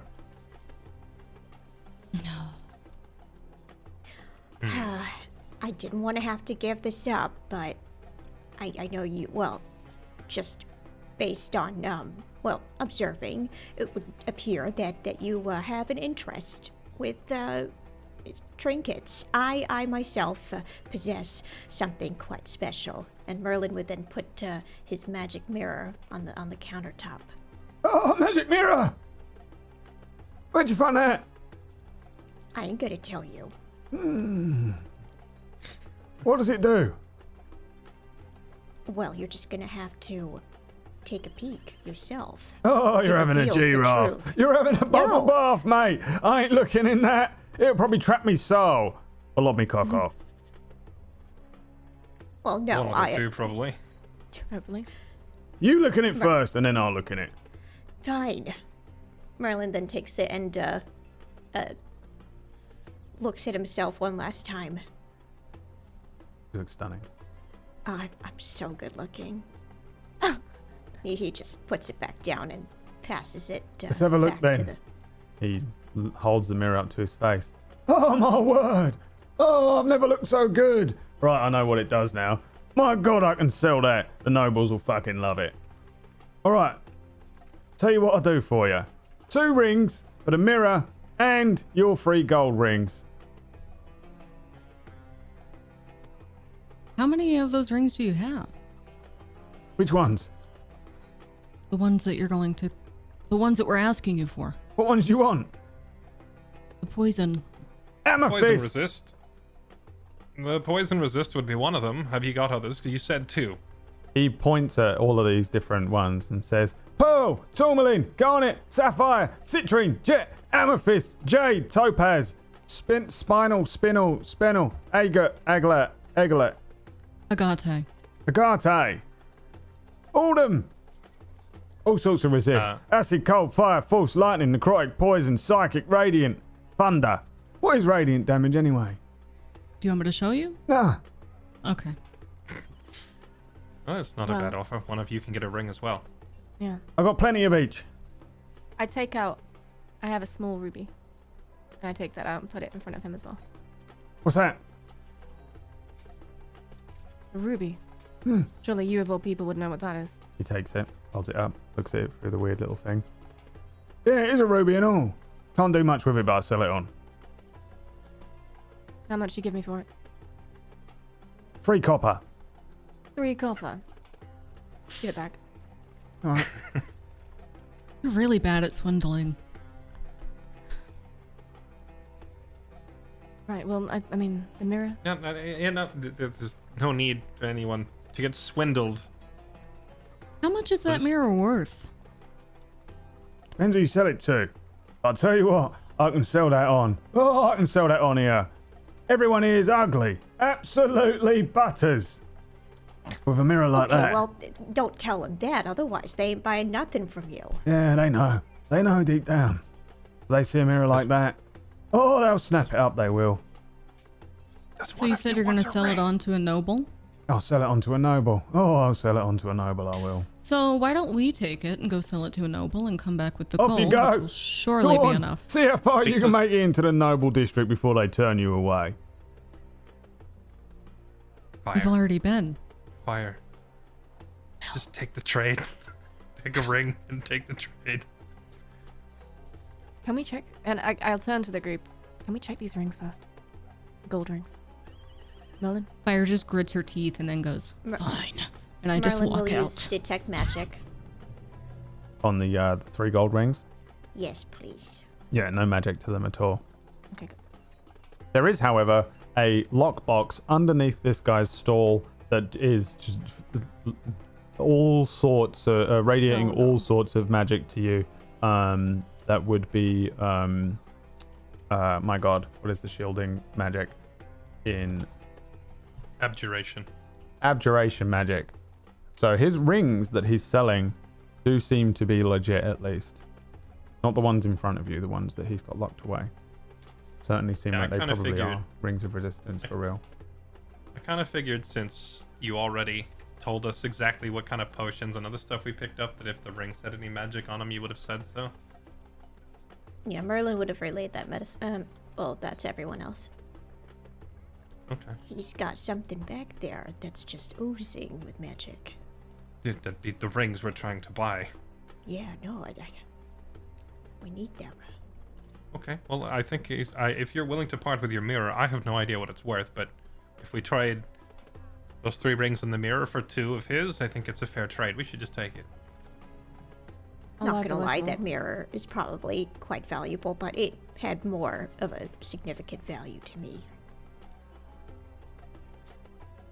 Well, Okay. I'm not gonna push you to part with your own belongings, but if it's something you're willing to trade away, then by all means, those rings can very if much it'll help us. help us. Yes, if it will help us, then I can part with it. I know I'm beautiful deep down, even though All I'm right, well, decaying. let's take it then. Mirror. Yeah, we'll just close the deal. Take the trade. Mirror, the 3 rings, the ruby. The ruby wasn't part of the deal. All right. Mirror and the 3 rings for 2 rings of resistance. Deal. Which one? I'll take the poison one, and then honestly, don't know which of you would be best served with what. Most of you already have some sort of ancestral advantage, so maybe pick something that would be more useful. There's only 1 ring, so who gets it? Probably should be fire, but she's stormed off. What I would can fire hold get? on to it for fire. Right, but we need to decide what it does first. I Oh, think right. poison again is not a bad Poison. idea. We know that that's something we're going to probably end up contending with shortly. Are you guys done yet? Yes. Almost. Do you have the rings? Like, can I How just many? like hand her one of the poison rings as she comes walking back? How many rings are we giving him and the mirror and 3 of 2. your precious jilted rings. I was left at the altar 3 times and all I Yeah. get out of it. You gotta let it go, fire, you know. Can I just push Let the this past be stuff the past. towards the guy? All right, there we go. Everyone Here. turn around. Don't look at what I'm doing. Don't look at what I'm... He opened something I'm under the Watching thing. Yeah, very give me an investigation check. I have no idea. I'm so mad. Yeah, he's got a safe, but he's not bothered at the moment with what the code might be. Probably would have been really, really fucking hard to do as well. But he comes back up and produces 2 rings. Not too dissimilar, golden in terms of the band that wraps around to a what seems kind of like almost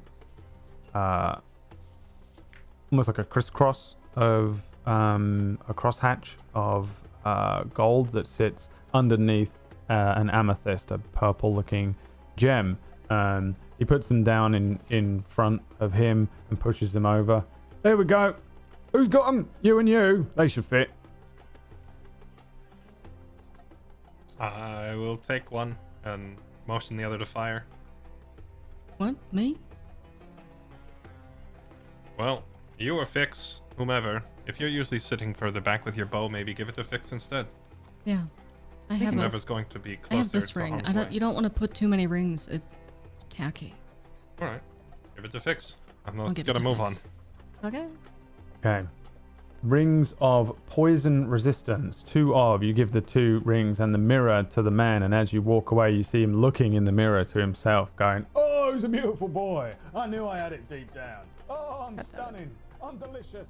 And you head away, and as you guys start moving around the town, you pick up the 2 mining picks, the extra bits. Did you want to buy potions, normal potions of healing, as well, while you were here? We should 100% just buy all that they have in stock. All right, roll me a d20. But they're heavy. I will happily carry the extra. So you guys have got like Will is just always from now on in all fan art, please, carrying a Santa's sack full of stuff over one the bag shoulder, of kinks. and then the bag of kinks over the other. Yeah. Oh, And one you of have a each, even Santa, better. a black leather Santa hat on. Yeah. Around town, Pinky Santa. across many different stalls, you're able to pick up 12 potions of healing if you want. So mark off 12 gold 100% take it. and take those extra 12. Okay. At one point, you walk past a stall that sells all sorts of knickknacks, but for the most part, he seems to sell lots of little carved wooden animals. And fire maybe slows down as the 3 of you take a few more steps forward. And the old man looks up to you, Fire, and says, "Oh, hello." Hello, guys. Just give me a minute. Do you only make these out of wood, or do you use other materials? Oh, it's much easier to make them out of wood at my age. Not something like this? And I'll pull out the dog. What's that made of then? Painted or? No, it's onyx. Oh, onyx. Do you mind if I take a look? Yeah, I'll hand it to him. He takes the onyx dog from you and looks it up and down and says, Yes. Do you mind if I cast a quick spell? Sure. Oh, yes. Should I unlock it? Do you want this, the innate power inside this to be unlocked or not? Innate power inside it? Yeah, yes. And you're referring to... This statue that you've handed me of this dog, of course. But... What on earth would I be referring to if not the statue? No, I meant, You've you handed know... me, what is it? Which innate power? The innate power of the dog in the statue handed me here. I can unlock it if you'd like, but I'm not quite sure the effect. Oh, you don't know the effect. Well, I have a good feeling that it's going to turn into a dog. Oh. Will it be that small? What? Like a tiny little baby dog? Probably not.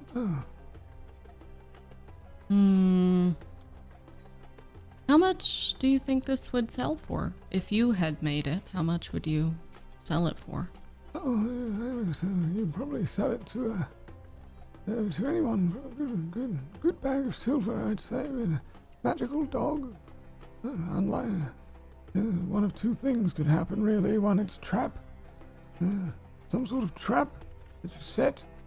And you say the magic word, it activates it, and I would imagine creates some sort of guarding dog. Bite intruders, vanish. Alternatively, it might summon a dog up for you. Usually. I mean, either way, you'll be able to sell it for quite a good portion of gold. Yes.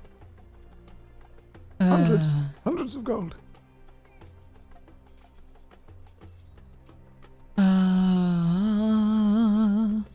So if you activate its innate power, would it be worth more, less, or the same?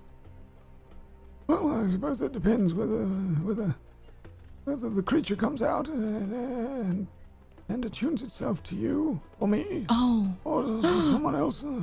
Wait. Can I hold it? Yes. Can I hold it while you do this? Oh, absolutely. I wouldn't want to be the one that does it. No, I want it to, like... You know how, like, a baby duck will imprint on someone and follow them around? Yes, exactly. That's like what that. Yeah. Yes. It would be worth a lot less, however. Should it imprint on you, then it only really works for you, so it's just a nice onyx dog otherwise.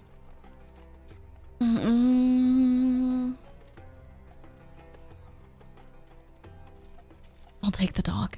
Give me the... Let's try. All right, hold it in your hands there. Okay. All right. I'll just see if I can. If you don't mind, I'll be casting a spell. Okay. Okay. Let's see. Sasuth. The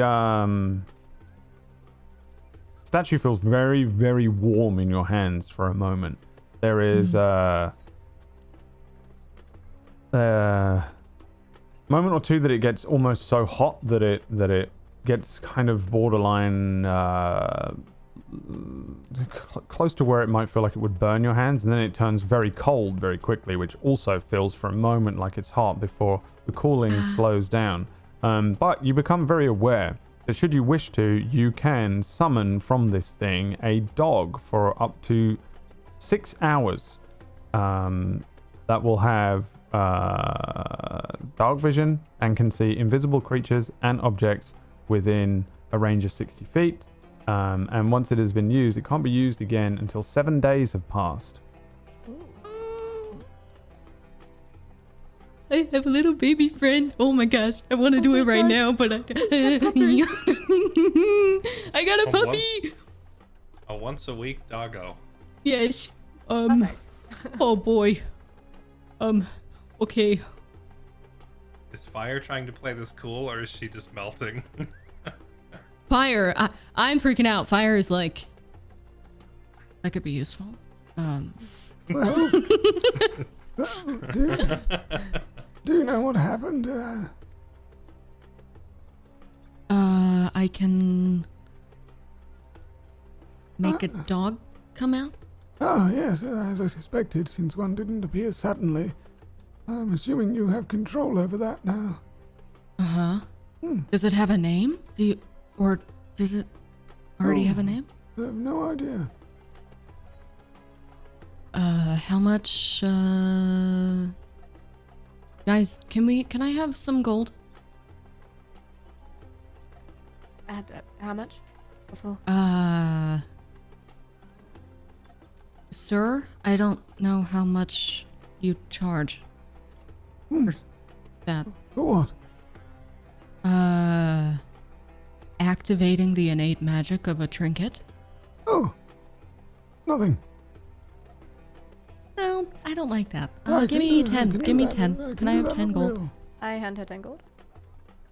Here you go. Oh, thank you so very much. Your Mm-hmm. patronage. Do all of these do that? What? Do all of the ones that you carve have? Oh, no. No. No. No. No, I can't do So anything this is like pretty that. pretty I have a rare, few right? tricks. Yes, this is a very rare thing. Yes, though I have seen it several times over my life. Well, it's not that rare then. Not this one. I'm Okay. 70 years old. Okay. Yeah. Yep. Thank you so much. Yeah, good luck. Mm-hmm. I'll just put the dog back in my little poucho, and I don't know if everyone heard what just happened or not. At this point, I'm hovering over your shoulder because I would have been walking and then you stopped. And I would turn Yeah. and wait, and you're still talking. And Yeah. eventually, just move back and just kind of stand there listening. I would have been just watching around. Same. Got a new friend. Well, I hope it's a friend. I think it can, like, imprint on me, it'll bond with me. Wait, you have a Vita of your own? Yeah, but it's a dog. What if it's tiny? What if it I don't is? know what it looks like, but I can only do it once every 7 days. Now we just need Merlin to make friends with a forest critter, and we can have twice the size of an adventuring party. I don't know if I could make friends like I used to, Will, now that I'm pretty much the Walking Dead. They will probably just smell me and, You might have to Run. use a spell to conjure something up then. Looks Oh. like there's 2 more members of our group since we started, but only 3 males to feed. Weird how that's worked out. Let's just be thankful for it that they're not hungry. Oh, before I forget, Fire. This, it's yours, and I'm gonna hand Fire's rapier back. It was fun while it lasted. Okay. You seem pretty good at it if you wanted to keep it. I don't mind. You know what? I think I will. Yeah, you might as well. Just have the you've- option. If you've no more use for it, Yeah, no. I'm willing to let you have it.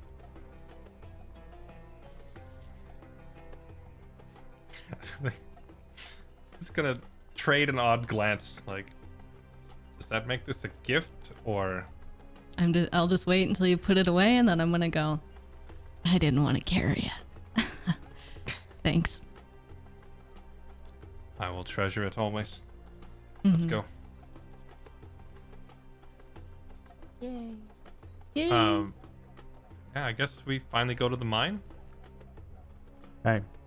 Yeah, it is pretty late, but it's all good because it's not called the Dark Realm for nothing. And you guys head through these streets. I think for the first time it's begun to quieten down a decent amount here in Dandelo as you start to move around, heading back the way you came towards the the area in the top area of the town where there's the bridge, following past that governmental kind of quarter and heading towards a very large bridge that heads over a gorge that's set down underneath Dandelo. Looking down as you guys follow the bridge over, you can see that there are a couple of smaller natural looking holes that are on the mesas and the mountains outside of town, but it doesn't look too dissimilar to the entrances to the mines that are up ahead. As you get over to the other side of the bridge, there are a few people over here. The area around the mine seems to have been built up with some small houses. There are several tents as well here. And you also see a few different entrance ways to the mines, but there is one central entrance that's kind of dead center of the mesa ahead of you that looks like your best bet and looks like the main entrance that they probably used long ago. You can see it's been boarded over, but kind of poorly. It's all fallen into ruin. The several entrances into the mines are pretty obvious and open, and you can basically strut all the way up to the old entrance of the mines. And once you do so, you can look into a straight shot cavern that heads down about maybe about 40 feet before you can already see where a cave-in has happened. The rocks and rubble further into this dark looking mine, blocking an area at the end of it. However, there's a pretty obvious little hole that you can squeeze through, about the size of Merlin, the type of thing you imagine that the children maybe creep into to get into that opening part of the cavern. But looking into the cavern, you stand before it. Hello? Your voice echoes back at you. This quiet cavern in front of you looms. Just one thing before we go inside is I'd like to look around and see if there's a foreman's hut or a storage supply, any place where workers might have kept their stuff, like spare pickaxes and whatnot. Yeah, give me a perception check or an investigation check. The general area as you approached this thing. I see nothing. 4. I think it's also partially just that it really doesn't seem like this is an active mine. Once you get up to this area, you move past a few tents and houses and things, and it really just seems like they've built up around it. People have forgotten that this is even here. I think it doesn't seem like the type of thing that people are too bothered about. The boards and stuff have come down, but even once you look in, you see that there's a natural blockage in this cavern, so I doubt they're worried too much about things coming crawling out of it that are too big, considering it already has that kind of natural cave-in. It really does seems like a discarded area of town. Doesn't seem like anyone's been near it. It doesn't look like there's any foreman's thing. You can see the wooden structure of the inside of this cavern, and you can also make out the front of this cave. The main reason you get the idea that the first 40 feet or so of this isn't caved in is because it's been reinforced so well, but looks old, very, very old, and no one around here and no buildings look like they belong to this anymore at all. Okay. The one thing I was going to ask or look for would be, I don't know if they have dynamite, gunpowder, blasting charges, or if not, none of that technology, like a magic equivalent. The spell Shatter Gotcha. is probably your best bet. But no, not really. Generally speaking, the Dark Realm is not very advanced whatsoever. Picking, digging tunnels and then reinforcing them with basic wooden structure really is the forefront. There are most likely in here some mine carts and things to shift things back and forth on like basic steel or iron rails, but it would all be very, very basic stuff. Time for Merlin to learn Shatter. Alright, I guess, you said the main entrance is like only big enough for a child?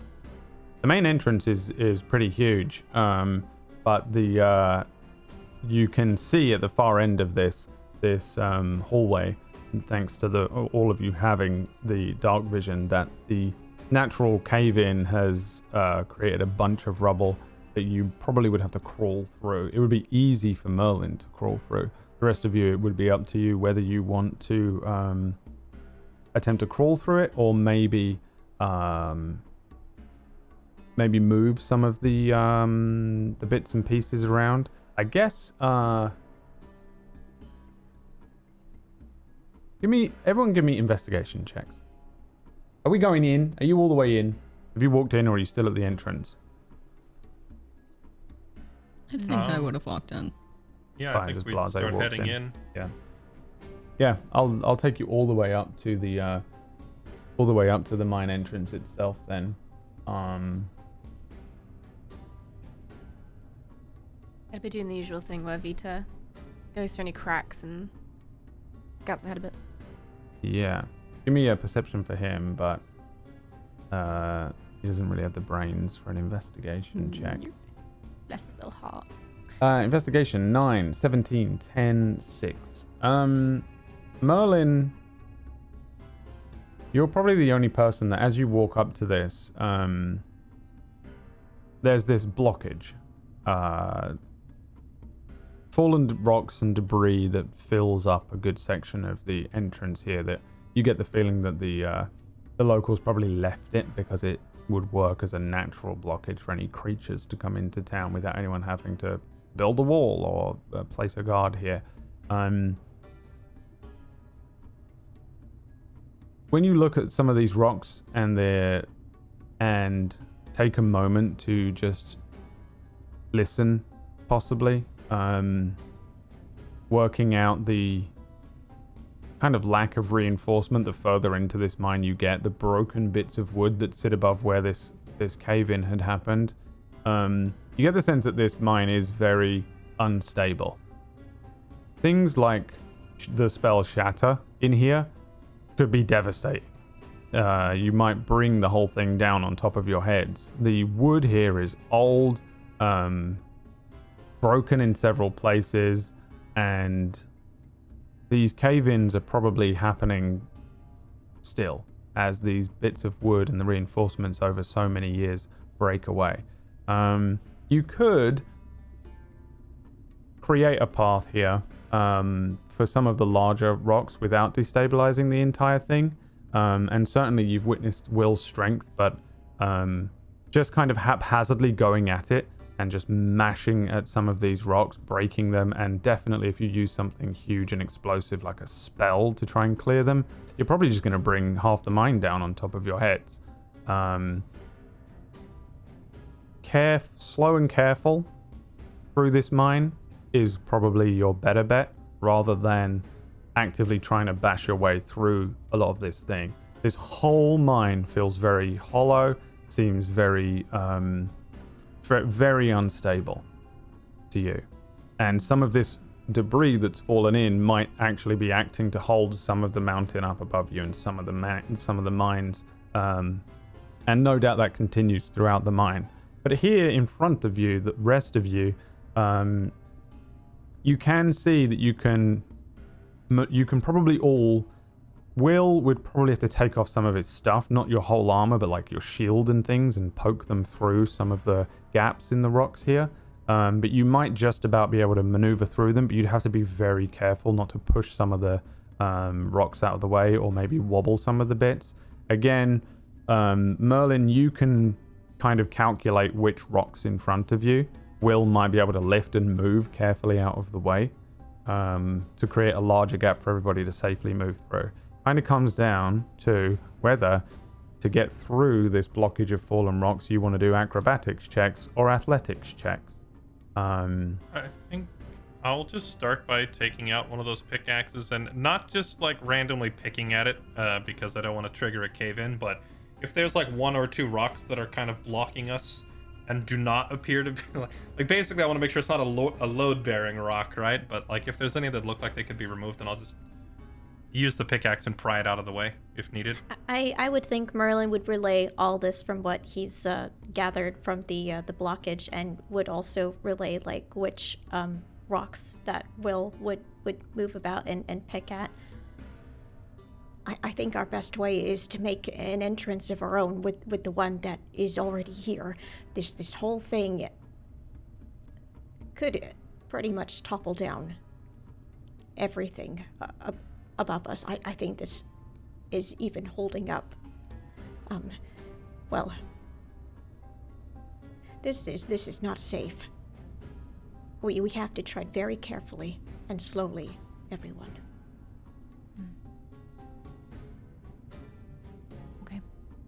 Okay. I'm just thinking about...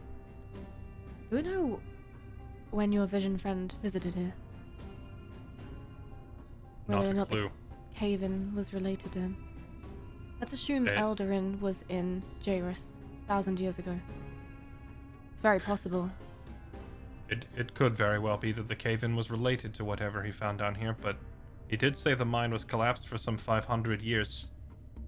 Yeah. If Eldarin we know to be about 1,000 years ago.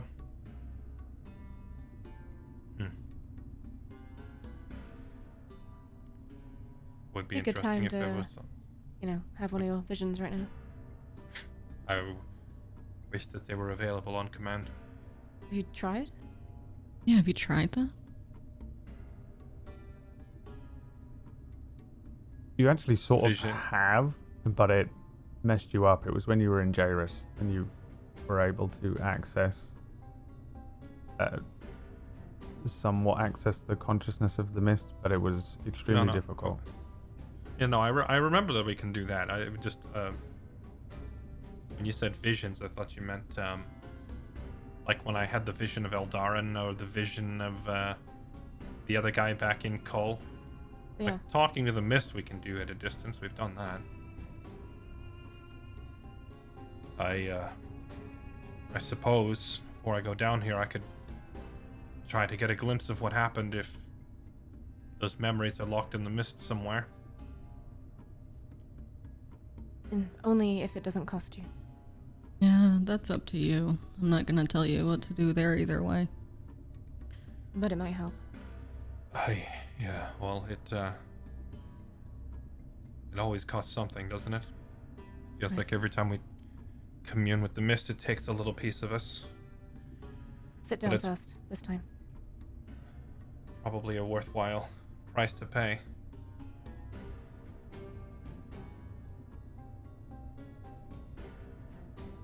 I remember that when we did it last time I was in the mist, I didn't even have to, I did it without even falling over. I stayed on my feet. I think Vix's comment about sitting down just reminded me.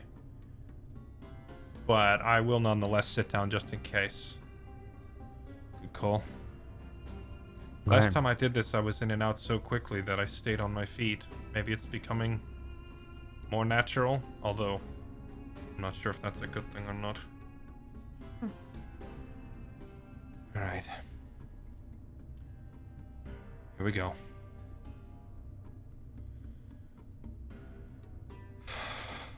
What are And you I thinking of? What is your plan, and how do you approach this? I am first. Well, last time I tried to reach out, not to the mist, but to the.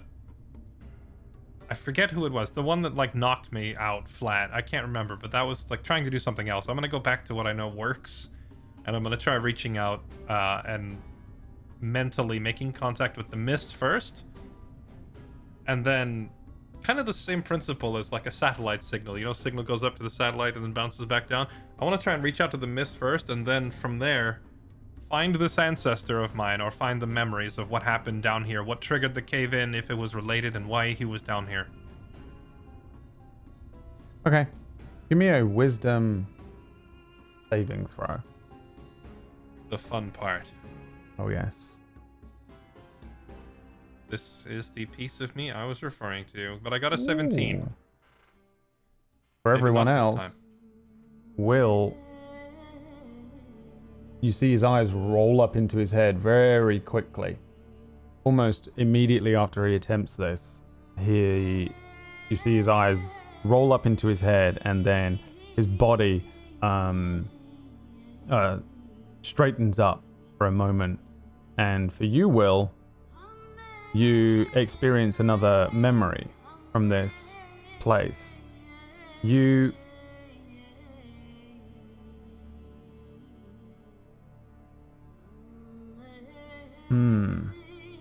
roll me a d10.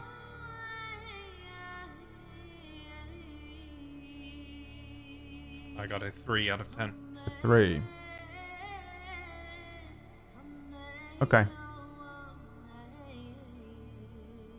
You remember yourself as being a boy raised by wolves, but a religious man who believed yourself to be a warrior incarnate of the goddess Aersa, who is the voice. The people of Dandelo respond to this religion in particular. This is a goddess of light who, from your perspective, is said to one day burn the mist and save those who remain in the realm after a time of penance. This version of you from several hundred years ago, you recall being led to Cole. You see a version of Cole that looks, honestly, not too dissimilar to how it looks now. There is a memory that comes to you of going to Eldarin's tomb, a very similar move through the mist, of coming to that stone with the bloody handprint on it, just one, of putting your own hand on there, leaving a bloodied handprint on it, and turning around, and behind you there is a huge woman, a member of the core tribe that you remember to be Core Sheldy, this, your only friend in this entire world, the only person who has followed you and has protected you and has saved you. You remember losing your friend in the mist. You remember feeling this pain. You feel it as if it is brand new. The absolute devastation and sadness of attempting to escape with Core Sheldy, fending off these horrific creatures. When you escaped, your friend dies of these wounds, and you begged and begged and begged the goddess Aersa to bring her back, and she did. And she came back in this strange form. Her eyes had changed, her skin was white, her wounds no longer bloodied, but still raw. And together you're able to travel, following an understanding that there is something known as the Source, south of Kull, all the way down in the wastelands of Kuz. When you come to Dandelo, you come to this place where you had heard of a mining accident that had happened here. There is a memory of you and Core Sheldy sitting in this tavern, and people screaming and concerned and rushing out. When you follow them to these mines, you can see that people had been trapped in there. People coming out, rushing out of these mines. And you see the mine entrance as you had just seen it as Will, but fresh and new. The foreman's office you were looking for, just to the right. Mining equipment, fresh, carts and picks. But these miners had been trapped that are left inside. The few that had come out screaming and concerned, the villagers standing around with you, everybody praying and worrying, you and Core Sheldy rushing into the mine, essentially attempting to save these miners, of which the two of you are able to do, mustering up an insane level of strength that you remember. Not too dissimilar to what you have as Will, but almost more. You're more in tune with something. Using this abilities and your abilities, you're able to free all of these miners. When you rush out of this place, you stand before the villagers, and there is a memory as you turn back to the mine, and something whispers to you from within. When it does so, you turn, walk back into the mine, and it collapses. At this point, you may ask any questions while you're in this state.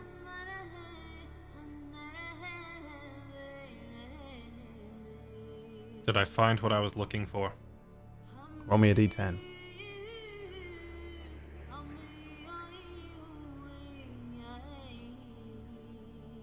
20. D10. There's no wisdom save Oh, for this. sorry, a D10. There we go. 6 out of 10. A 6. I was You waiting for the wisdom save. You did not find what you were looking for.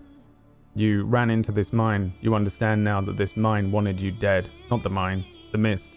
The mist was tricking you. It couldn't let you live. It knew that you, far more likely than Eldarin, would absolutely seek to destroy it and probably be successful. It reached out to you. It tricked you into believing there was somebody else in this mine. It pulled you into the mine, and then the mine fell down on top of you. Poor Sheldy, left behind, stood outside of the mine for days, simply just standing there before falling dead into a state of decay that seemed as if she had been dead for weeks. You never made it. Is there actually anything down here? Or is this another trap? Roll me another d10.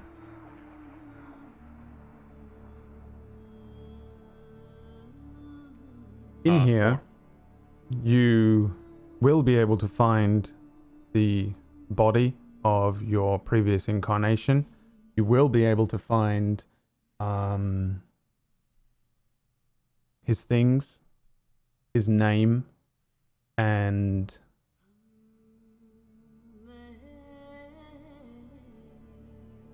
where to go next.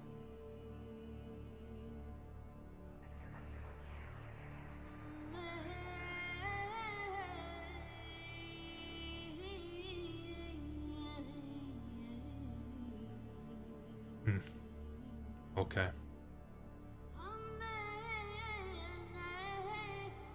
The tower out in the sea to the east. What is it? That's a big question. Roll me another d10.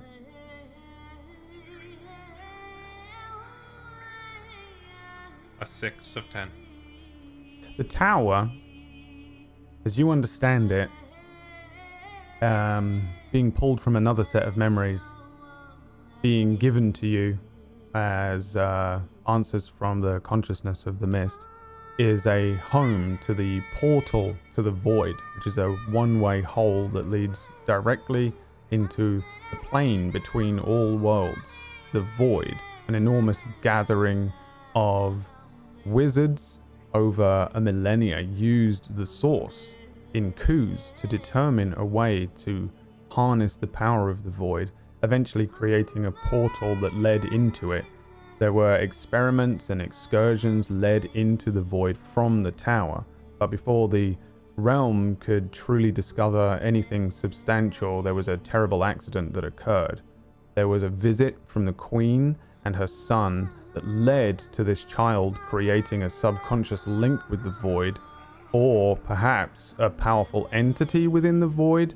Not long after that, at the end of a long and ceaseless war, the child called out and the void answered.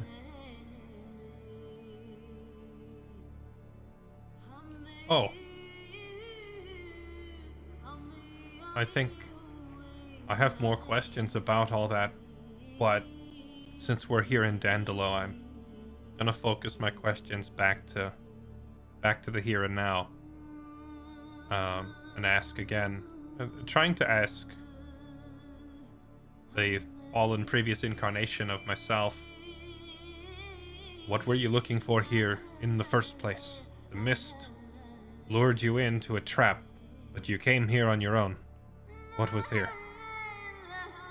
Roll me another d10. A 2. There was nothing in Dandelo. Dandelo was just a waypoint, a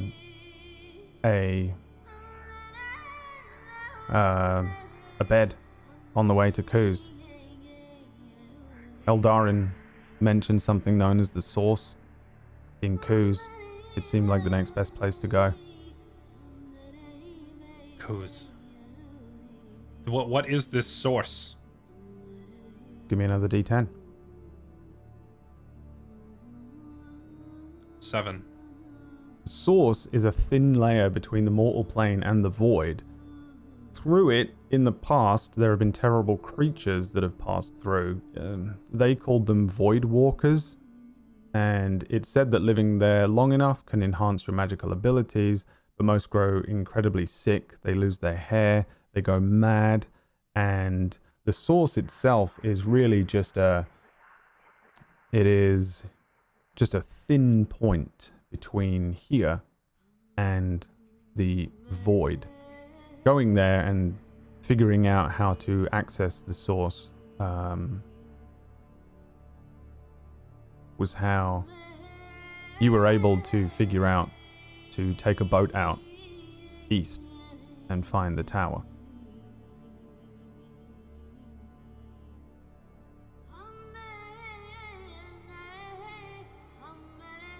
Right.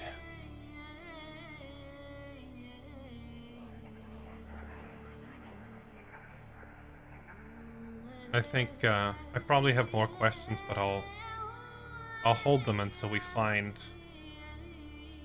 my myself that is here. Can I remember my own name here, or is that still kind of masked? Can't remember it.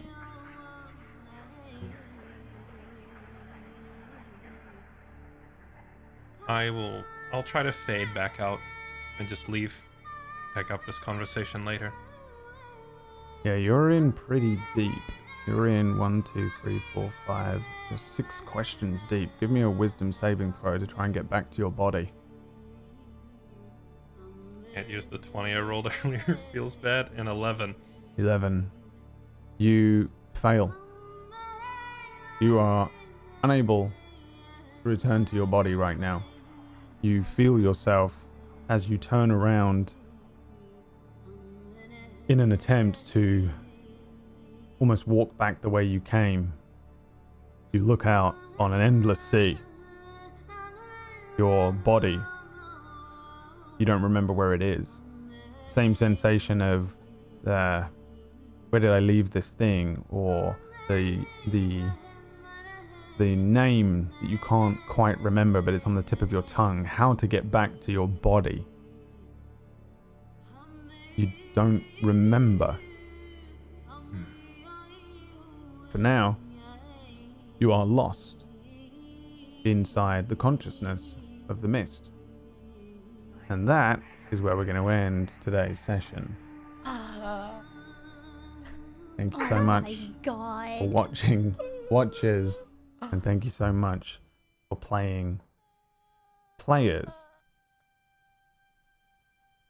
I have so many questions. So did Will. I have so many questions. It's exactly the problem. That was so good! That's so much! Okay. All those D10s are sanity damage, so please mark them off your sheet. And No shit. Fuck. Yikes. yeah, beware that when you drop below a certain point, Charlie, you can never come back. Right. Can I want to, as before, use my, like the lay on hands sanity healing as a buffer against it? Can I do that? Nope. You got to take that sanity damage first. All at once? Oh yeah, you are lost at the moment. Okay.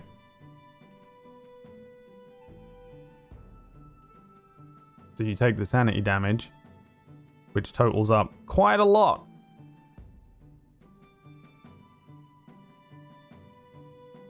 What is it in total?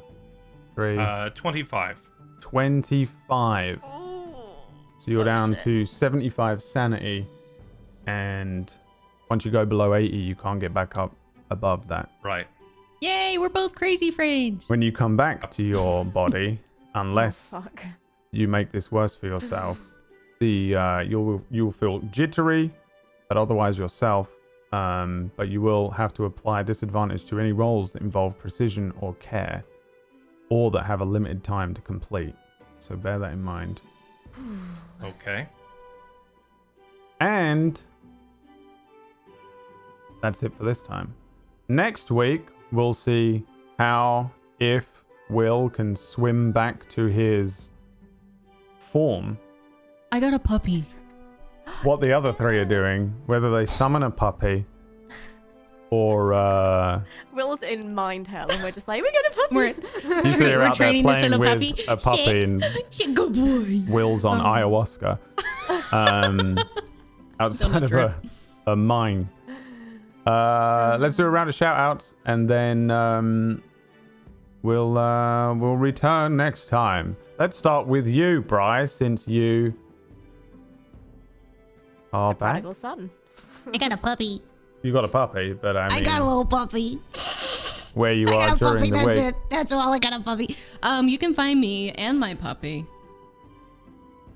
at Brutal Brie everywhere. I'm Brutal Brie everywhere. I've been streaming Red Dead Redemption RP with some losers on Wild RP, some mega RP nerds, and it's been super fun, and I really like it.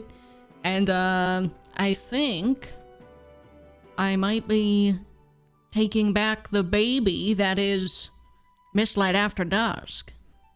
Oh, The child has been passed. Yes. And I drop it, but it's fine. I will drop the baby. If you hand me a baby, I'll drop it. But that's it, and that's all. what time is that? 6 p.m. Eastern. 6 p.m. Eastern tomorrow, Friday. Twitch.tv/Brutal Brian. BRIAN. That's not it, but thanks. Links everywhere. What about you, Disby? What are you doing in the week and where and things and stuff? Oh, hello, I'm Disbiarix. I played Merlin for you today. You can find me here at Twitch, at Twitter, same handle, Disbiarix. Yeah, this was a great episode, and the lore drop at the end. Oh my god! And hopefully Will can swim his way out of yeah, madness. Thanks for tuning in, everyone. Thanks for playing. What about you, Leah? I am ruining my life by playing Red Dead Redemption roleplay every Full night. stop. Just I am ruining my life. That's the end of it. The end. The end. I'm in a wind tunnel. Yes, I'm stream at twitch.tv/Leah every day at really degenerate hours at the moment. So if you like watching Red Dead roleplay, then come on by, get immersed, addicted, whatever.